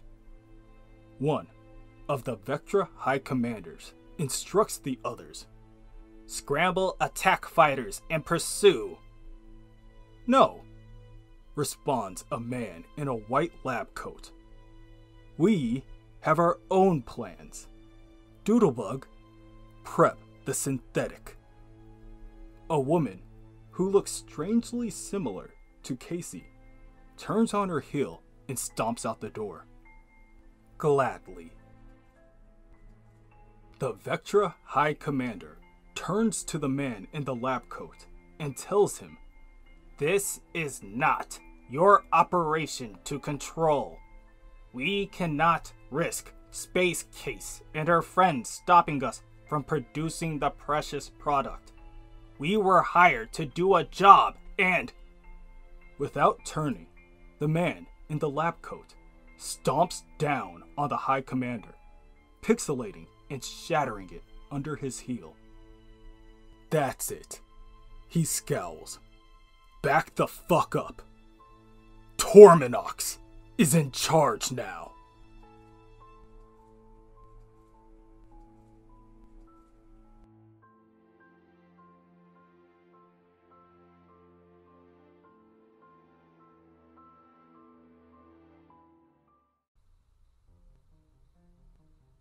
What's up, everyone? This is Corey from the OverLook, and we go over the books you may have overlooked. This is the penultimate issue in this first story arc, Brick by Brick. How are you guys liking it so far? I was a little hesitant at the beginning of the story, but it didn't take long for it to ramp up. Hopefully, you stick around to the end of this issue, because this is where things get really crazy. Casey Brinke flies Danny the ambulance back to Earth and drives him back to her partner's Sam's house. Sam, who is still on unpaid leave, didn't expect Casey to show up, especially with the ambulance in such a bad condition. But if people are injured and need help, he isn't going to turn his back on them. Sam also didn't expect to see Casey sitting behind the wheel of the vehicle in a blue jumpsuit, or to be rushed by a homeless man named Ricardo, or seeing a strange pink alien eating potato chips in the passenger seat, or the ambulance itself talking to him.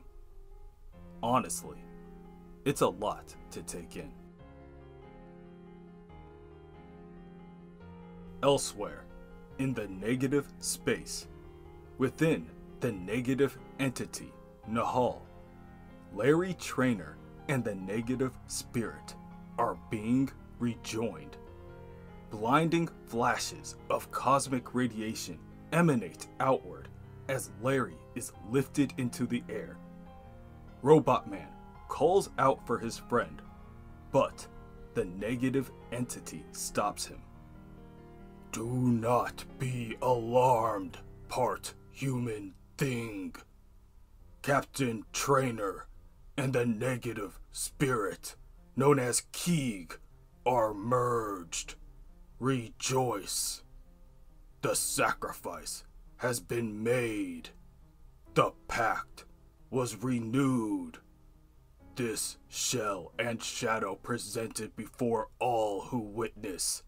What do you say? Throughout the chamber, the negative spirits hiss. 2 is 1. This mortal's body is chaos. We accept. Bandages are produced and begin to wrap themselves around Larry's body. The negative entity bellows.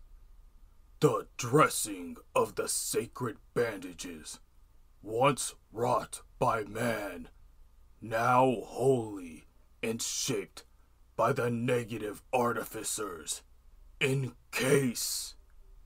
Do bind this merger in servitude eternal, and protect all beings from their poisonous light.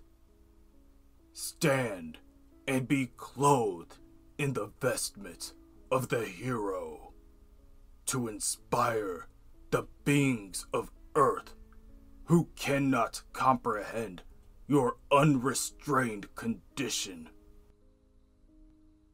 They have long since dispersed into the universe, constructed anew, though you will always hold a fragment or two.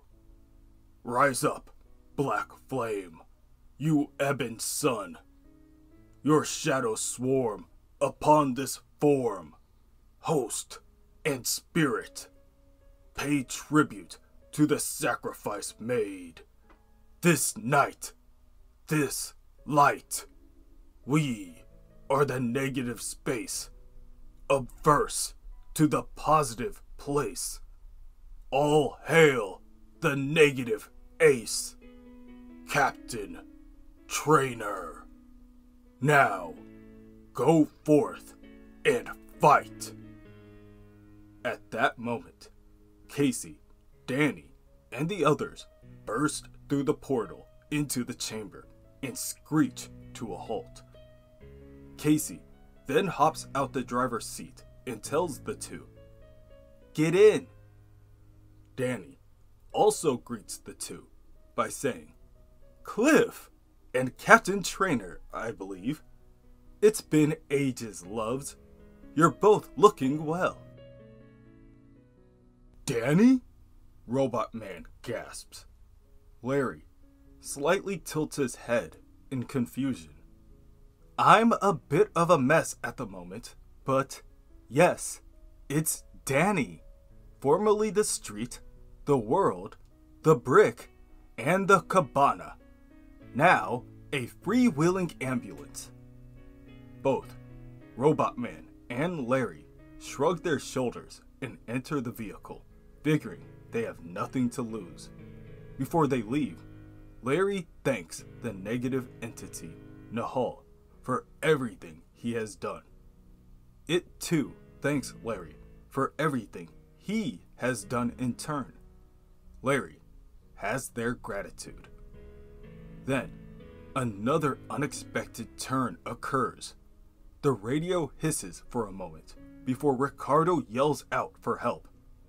"Casey, are you there? Flex Mentallo is dead, paralyzed to oblivion. Dannyland is in ruins. We are administering first aid, but there are not many survivors and no sign of the Vectra." Robotman shuffles up to the front of the ambulance. "Flex Mentallo is dead? What the hell is going on?" "There are these bad dudes called the Vectra," Casey answers.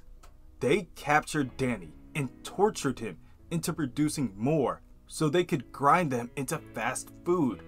Danny can do that kind of thing now because some serious shit went down and he's kind of a god, but not the omnipotent kind that can reverse time and make it so it never happened. That's where I come in." "And who are you?" "My name is Casey Brinke, and I drive the motherfucking ambulance. Buckle up for safety."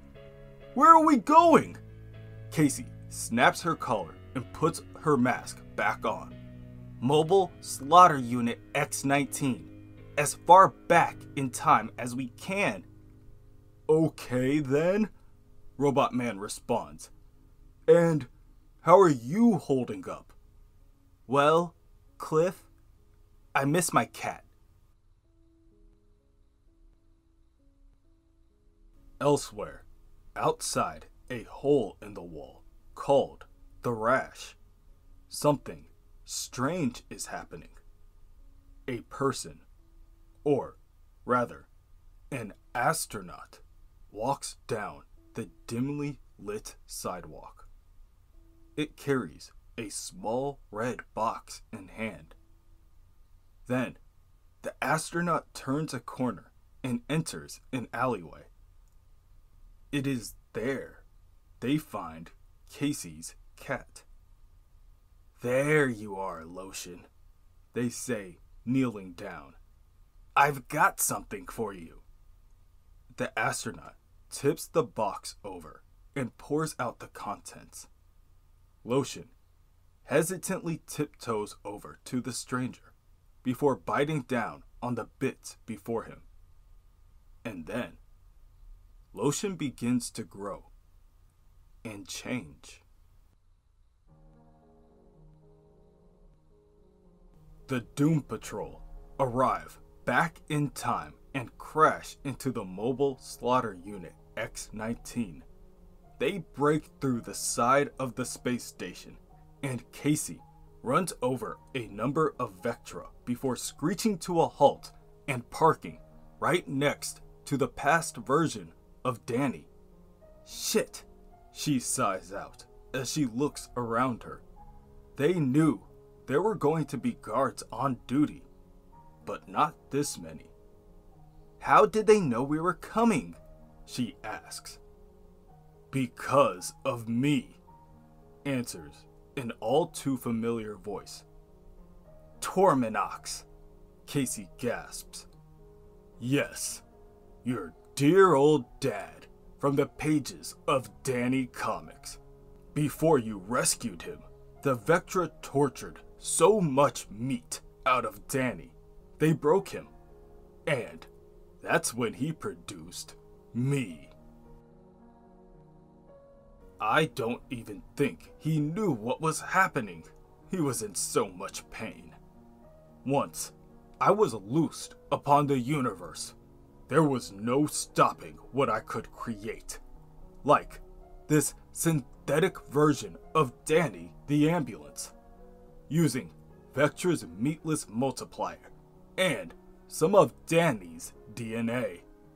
It can't produce anything worth a damn, but it gets me where I need to go, and when I need to get there. But how did you meet us here in the past? Casey asks. Danny needs me to do that. At that moment, the duplicate Danny's front door slams shut. That's right, says a woman who looks and sounds just like Casey as she steps forward. So, Dad used your Danny to make another Casey. A better one. I'm every bad feeling and every single fear Danny has about what you could become out in the real world. Unprotected. Uncontrolled. He's not my dad, Casey shoots back. He's just fiction. Danny made him up just like Danny made you. Like Danny made me. Torminox crosses his arms and huffs. Now, you say that, but I know you've got feelings. A defect, if you ask me. And deep down, you do care. You want to see your pops get better. Cured of the Torminox virus that made me what I am. As your mother failed to do. Robotman looks at Torminox, turns to Casey, and turns back to Torminox before marching forward and hitting the purple bastard with a sneak uppercut. Screw this! He shouts. In reaction, Larry releases the negative spirit and the jet black entity begins circling around the room. Chaos ensues, and Danny uses this opportunity to speak to Casey. He tells her, things have gotten a lot worse than I imagined, and we've got to put a stop to it. I need you to go into the past version of me and head into the comic shop inside of Dannyland. Grab my gas canister and burn it down. It will initiate a self-destruct sequence that will put an end to this. But if we do that, you'll cease to exist. That's right, along with Torminox and that dodgy Casey over there, destroying this whole Vectra-Kazi in the process. But past me is sitting in a prison cell right now. If she dies, I'll cease to exist. And everyone in Dannyland we're here to rescue won't make it. Don't worry about that.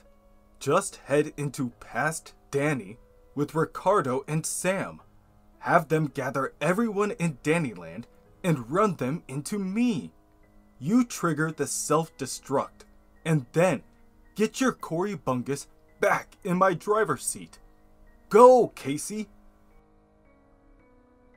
Robotman stomps towards Torminox. I don't know what you're planning, and I don't really care. I'm stopping this malarkey right now. Torminox presses down on a button on the back of his palm, and it flushes his bloodstream with a secret venom, giving him the strength to overcome Robotman. No plan, just evil, he shouts. The negative spirit battles it out with the Casey clone, and Casey, Ricardo, Sam, and Fug jump into Dannyland. All the while, Larry Trainor's body sits safely in between the two ambulances as he sleeps through the entire experience. Meanwhile, in Larry Trainor's innermost parallel lifetime, the former captain is on his deathbed, going down memory lane one last time with those who are closest to him. Like that time they went to Cape Cod and he forgot he couldn't swim. Small moments like this made everything worth it. All the years he's lived have been a gift, and he'll treasure that gift for as long as... Suddenly, the family is interrupted by a man in a wheelchair rolling into the room. His name is Niles Calder. And no, he and Larry have never met. But Niles would like to talk to him about something he calls the Doom Patrol. Back on the slaughter unit, Torminox slams Robotman onto the ground and begins to stomp on him, crushing the metal beneath his boot. You really are a riggedy bag of waste, Robotman. They had to say that our soul existed in the microtubules that live in our brain, but that's false. Once the brain leaves the body, it's gone.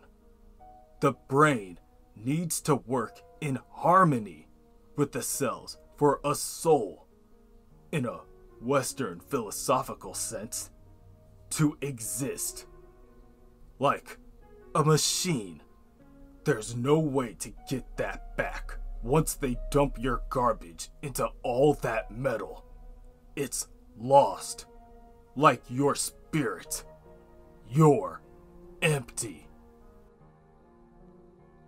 Torminox stomps down, again and again. Danny thinks to himself that he has to do something. Quick. The metal plating on Robotman's face continues to crack and dent under the villain's heel. But suddenly, just before the finishing blow, Robotman catches Torminox's foot in mid-air. I'd rather be empty than completely full of shit, he grunts as he throws Torminox upward. The negative spirit then swoops around and catches Torminox out of the air and tackles him through a nearby wall. Robotman struggles to stand to his feet, but just as he stands all the way up, he hears the sound of a gun being readied. "Hey, Tin Man, I bet if I kill this guy, that electrical pain in the ass goes away," says Casey's counterpart, motioning towards the negative spirit. Soon after, Torminox returns with a number of Vectran guards behind him. "Good job, Sunshine. I think it's time to." At that moment, Danny's back door swings open and none other than Casey's mother steps out of the vehicle.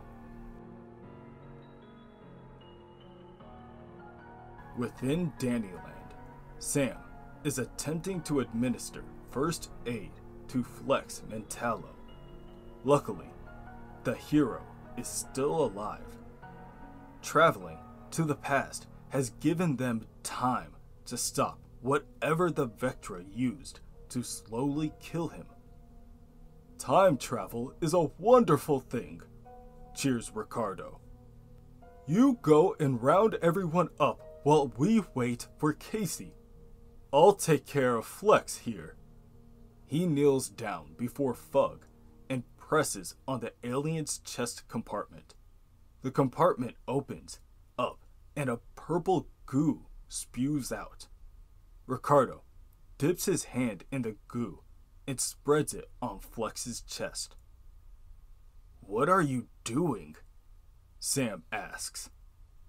"On the island, I gave the best massages in all the land. Some say it was magic, and I believe they were right. Now, you big muscle man, let Ricardo work his hands." Inside Danny Comics, Casey splashes gasoline around the corners of the store. A few days ago, she was just a normal woman who drove an ambulance because she liked to help people. And now, she's being tasked to kill the very thing that created her. She doesn't realize it, but she's taking her time. "Casey," Danny tells her, "before we do this, I need you to know that I don't see you that way. Becoming her, poisoned by the world. I'm just afraid." "I know, Danny," Casey replies softly. "The world is hard and unforgiving. It can change you because we're made up of all the things that happen to us. The good things fill your heart, but the bad and what we choose to do with them really make us who we are. I'll keep choosing love. I'm so proud of you, Casey. I know. It's why I keep burning bright." Casey lights a match and throws it down on a case of comic books. Instantly, the books ignite in flames, and it doesn't take much longer for the fire to spread around the room. "Run, Casey," Danny tells her. "Gather all the people and get back to your Danny." Outside, on the mobile slaughter unit, Casey's mother tries to talk down Torminox. He tells her, "I know what you're trying to do, Gloria, and it's not." "It's okay, Richard. I'm here now. You can stop all this foolishness. I know you're stronger than the Torminox virus. We're stronger than it. And the antidote is such a simple thing." Casey's mother leans in close to kiss her former husband, but before she can, she is shot in the back by the counterfeit Casey. Before she can say anything, her gun shatters in her hand. Flex Mentallo appears, telling Casey's counterpart, "That wasn't very nice, miss." Meanwhile, dozens of civilians are flooding out of one Danny and storming into another. Sam and Ricardo do what they can to navigate everyone efficiently, but a number of veteran soldiers are closing in on the group. Flex uses his powers of muscle mystery and tells the Vectra to stand aside, throwing them all away and buying the group a couple more seconds. Amidst the chaos, Casey's mother calls out to her. "Casey, there you are, sweetie. Mom, look at you. You've grown up to be such an amazing individual. You don't need us anymore." Casey's father smiles and looks down at her mother. "But we'll be watching from a black hole, waiting for your light to reach us. Not a star, but a sun." Casey's mother and father share a brief kiss before her mother begins to ignite. Just like before, she'll sacrifice herself to save her daughter, and she doesn't care who she has to take with her. Elsewhere, in New Mexico, a woman with curly hair holds her head down in shame. "Thank you for seeing me, Multi-Mother," she says softly. The Multi-Mother tells the woman, "Of course. What troubles you, my dear?" "Not troubled so much as, well, you told us, should we ever remember things?" The Multi-Mother cuts the woman short. "And what we remember fails us, and what fails us pulls us further from our true identity." The woman sinks her head once again. "Yes, well, I remember the man who I was married to, and the son we had together. He'd be about 15 now." "Yes," the Multi-Mother says flatly, neither confirming or denying the claim. "It's just that tomorrow is such a big day, and even though I'm about to become something bigger than them, it's just that tomorrow is such a big day, and even though I'm about to become something bigger than them." "Bigger than memory," states the Multi-Mother.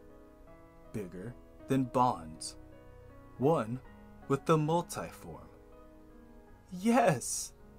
Tears fill the woman's eyes. "The dominant identity. The divine component. I wish they could see me become." "They will feel it," replies the mother. "What is your name at this moment?" "Valerie. Valerie Reynolds." "And what will your name be tomorrow?"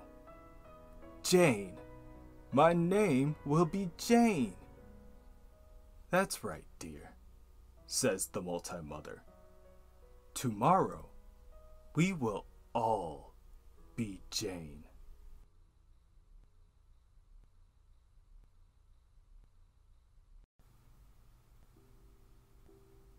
Well, we made it to the end of another comic arc. If you clicked on this video, chances are you're caught up with this full story. Or you just wanted to hear about some Crazy Jane.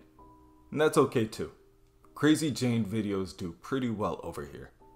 Anyway, my name is Corey, and this is The Overlook, where we go over the books you may have overlooked. there isn't really much to say right now, except stay tuned for superior venom. But y'all know that already. The duplicate Danny the Ambulance's metal creaks as cancerous growths form inside of him uncontrollably. They burst outwards, destroying the vehicle. His doors fly into the air. His tires roll away.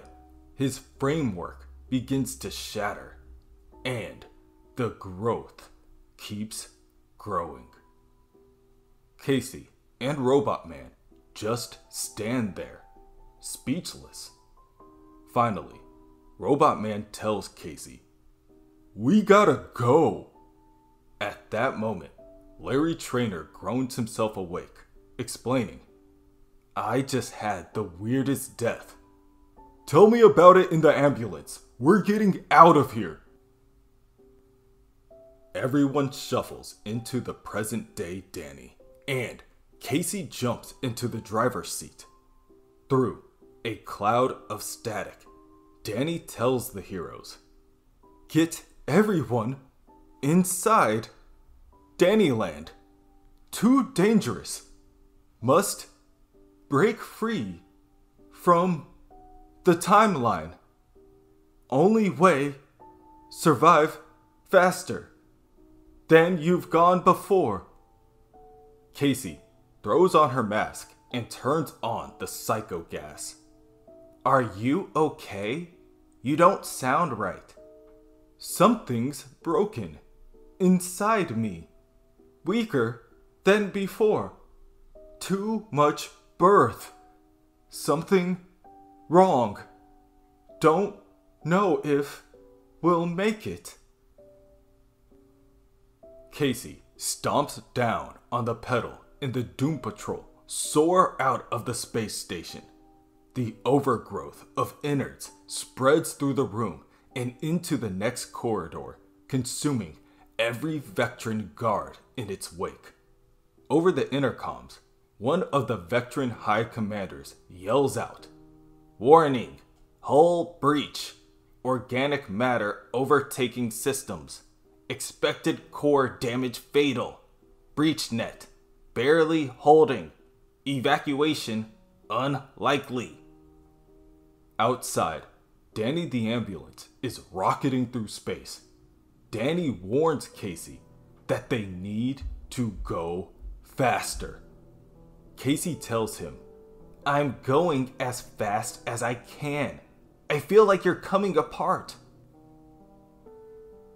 At that moment, the team is hit by the duplicate Danny and the counterfeit Casey. The counterfeit Casey grits her teeth behind the steering wheel and rams her vehicle back into Danny again and again in an attempt to break the ambulance apart. Casey attempts to distance herself from her counterpart, but they are caught in Earth's gravity. Casey's counterpart rams them again, and the two ambulances begin to spiral down to the ground, breaking apart as they enter the planet's atmosphere. The mobile slaughterhouse unit is overrun by the amorphous innards of the duplicate Danny and implodes from the inside out. Everything is lost within a blinding flash of light. And then there's nothing. Casey doesn't remember anything except waking up to the sound of heavy tires kicking up dirt as a military-grade truck passes on a road a few yards away from her unconscious body. With a gasp, Casey sits up. "Holy shit! I'm alive!" she announces before ripping off her mask. Danny, still intact, crashed down face first into the dirt. Cliff is the first to push the back door open, and he helps escort everyone he can out of the vehicle. Larry, Sam, Flex, even Ricardo and Fug all crawl out of the back and try to help one another flip Danny back onto his wheels. "Where did you bring us, Danny?" Casey asks aloud as she steps through the sand towards a large chain link fence surrounding what seems to be a military compound. On the fence, there's a large sign that reads, "Janestown, Church of the Multiform." Cliff and Larry approach the gate as well. The two of them share a small silence. And then, Sam sees the sign. I know this place," he tells the rest. "I don't think I'm ready for this." Cliff doesn't share Sam's hesitation. With little effort, Cliff rips open the gate and stomps into the compound. Within the compound, inside a warehouse, a few dozen people are joined. 63 sisters and brothers, but 64 in total. All children of the Multi-Mother. And their time is at hand. Today, they emerge from the imposed identity that society has constructed for them and boldly step into the next phase of human evolution, body and mind. With this act, they reject conformity. They accept control. These sons and daughters have liberated themselves from the encumbrance of familial bonds. They have liberated themselves from financial oppression. And today, they liberate themselves from themselves. And they will join the Multi-Mother in magnificent oneness. The true identity. When the Multi-Mother first met the children, they were but broken and desperate dreamers, subdued and ignored. But now, they are thinkers, they are scientists, they are engineers. And that's saying a lot in Sister Shannon's case. And because of their hard-earned vocations, they have completed a great gift to themselves. The gene bomb. What once gave the Multi-Mother's identities power will now give the same power to the children. The children cheer for the great gene bomb, their great grandmother, to strike them down and make them whole. To strike them down and make them one. "Jumpin' jackwagons! I've been looking all over for you!" yells Cliff as he opens a door to the warehouse, interrupting the ceremony and making his way towards the stage. "Well, not actively for a minute, but a lot's going on. What with Danny being an ambulance and the whole shucky darn meat fiasco." At that moment, Cliff notices the others in the room and gives them a cautious wave. "Hi, Cliff Steele, attorney at..." "How did you get in here?" the Multi-Mother snaps, interrupting him. "Sign outside tipped me off. Your gate's not very secure. Then, a couple of guys with machine guns came out who weren't very friendly. But I explained to them I was a pal of yours. And when that didn't work, I just banged their heads together. But don't worry, they're not dead." "And what do you hope to accomplish by disturbing us on such a momentous day? Our business is no business of yours. I'm not even sure we've ever met before, though you seem to know who I am. Cliff hesitates. Jane, Wait a minute. Is this a cult? Are you leading a cult, Jane? The Multi-Mother answers this by unleashing a burst of psychic energy that easily throws Cliff aside. I am the Multi-Mother, the All-Jane. If you don't leave this instant of your own free will, then I will make you. Psychic energy spirals around the Multi-Mother like wild flames. Cliff stands back to his feet in disbelief. Jane, what's going on? What happened to you? The All-Mother bellows out. You are not wanted here. Your useless individuality is everything we've tried to get away from. Take your fractured forms and leave right now. However, Cliff lowers his jaw and raises his fist in defense. He's not going anywhere without an explanation, and neither is Larry. Larry sneaks up behind the Multi-Mother and Cliff and presses down on each of their foreheads, psychically linking the two, just as he's done so many times before. There's no telling how much time has gone by before Cliff groans himself awake on an all but abandoned subway track. And right away, he knows where he is. He's back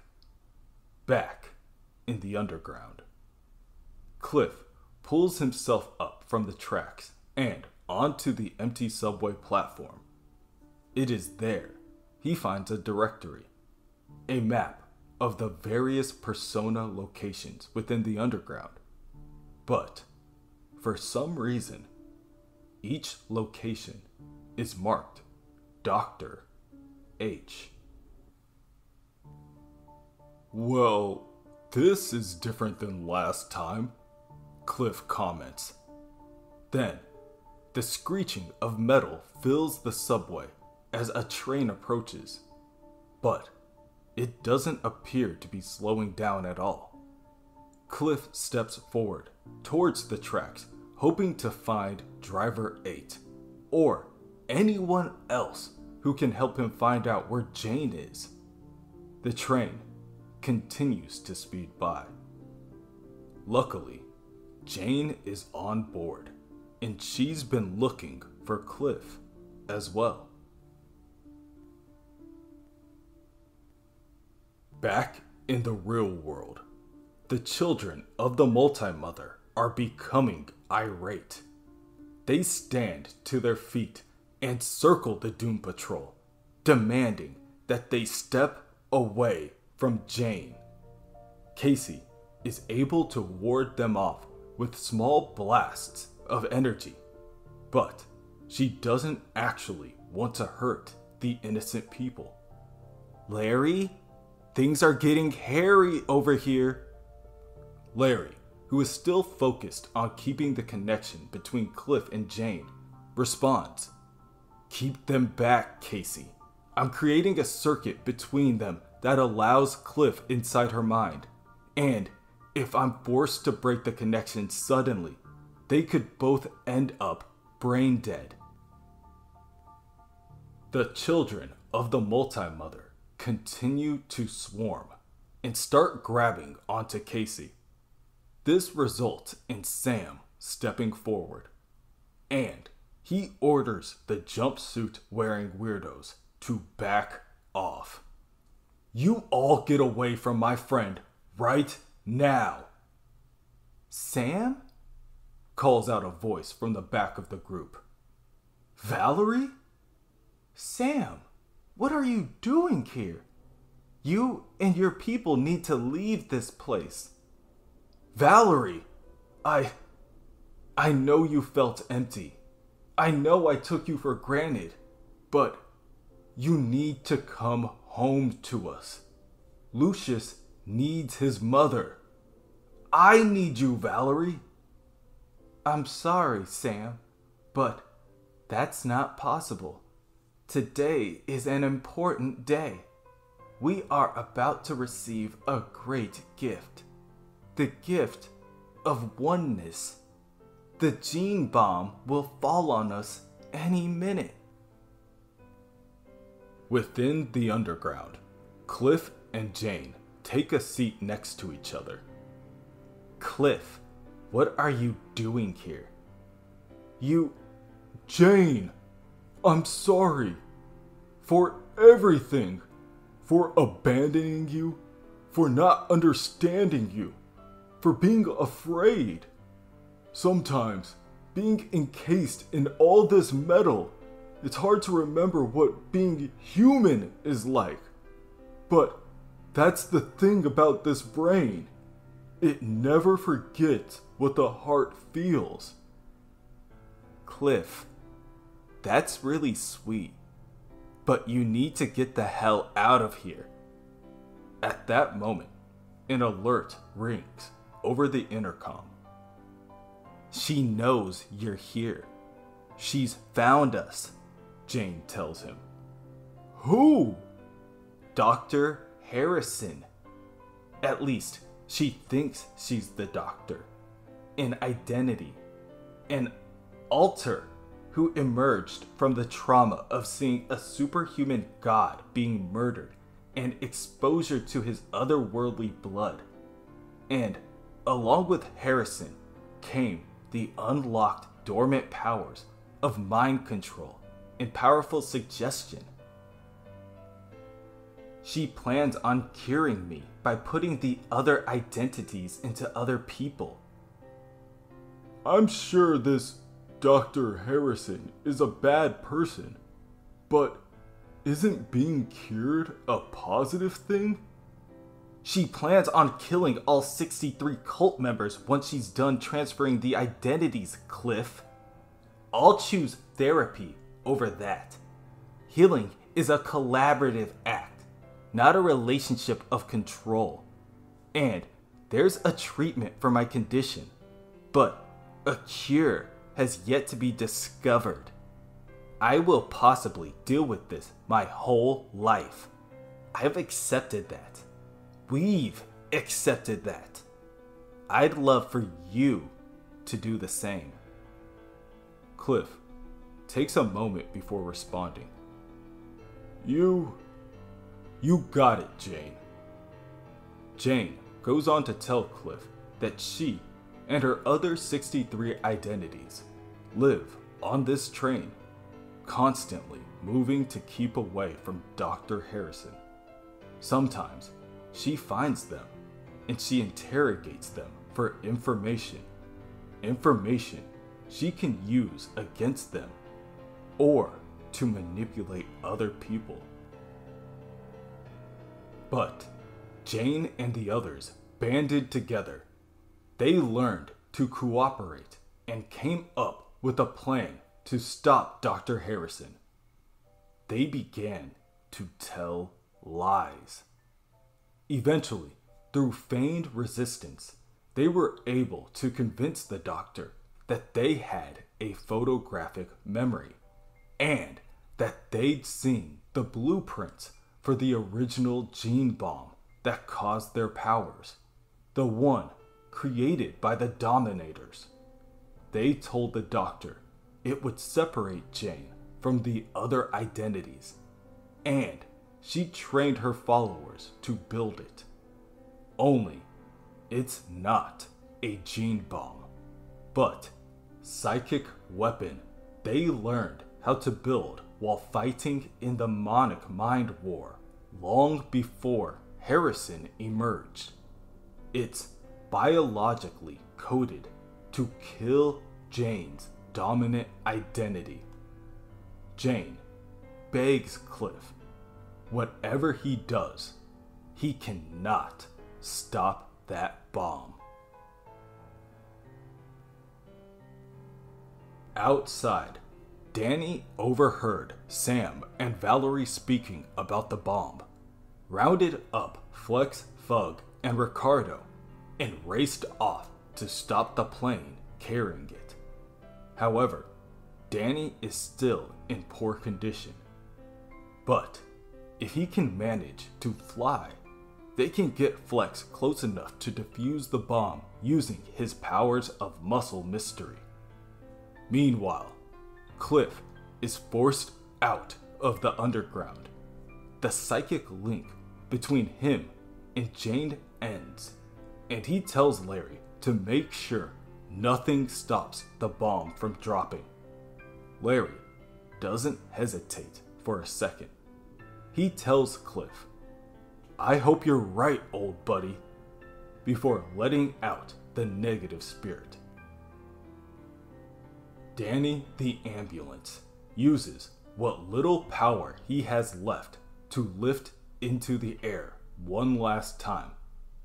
As the ambulance moves closer to the plane holding the bomb, Flex jumps out of the vehicle and onto the roof. All the while, Ricardo is getting a call over the dispatch radio from Sam. Unfortunately, Danny's radio is busted and all Ricardo can hear is static. It doesn't matter though. Ricardo and Flex know what they must do. They have to save the day. The plane releases the bomb over the compound. Flex jumps on the bomb in mid-air and attempts to disarm it. But time is running out. Meanwhile, the negative spirit breaks through the roof of the warehouse and rockets into the air. Within seconds, it has caught up to the plane, the bomb, and Flex, and tackles Flex off of the bomb, allowing the device to crash to the ground without interruption. The multi-mother stares up to the sky, helplessly, as she watches the weapon topple downward. Almost an instant after it hits, the psychic force unleashed consumes the area, tearing the doctor from Jane and destroying her, both freeing Jane and all the men and women under the doctor's control in the process. "Cliff," Jane begins. "She's gone. Harrison is gone." Cliff smiles. He's still unsure if what the doctor wanted was necessarily a bad thing. But he does know one thing. "I'm glad you're with us again, Jane," he tells her. And that's it. That's what it's all about. Friends help you write the fiction you want to be by looking in your heart and seeing the truth inside. Lonely in a crowded room with the music pulsing, or above the clouds with the jet stream at your back. When the sun comes up and the sirens fade, you pick each other up and you make each other new. You start again and you don't know where you're heading, but together, you know you'll get there fast.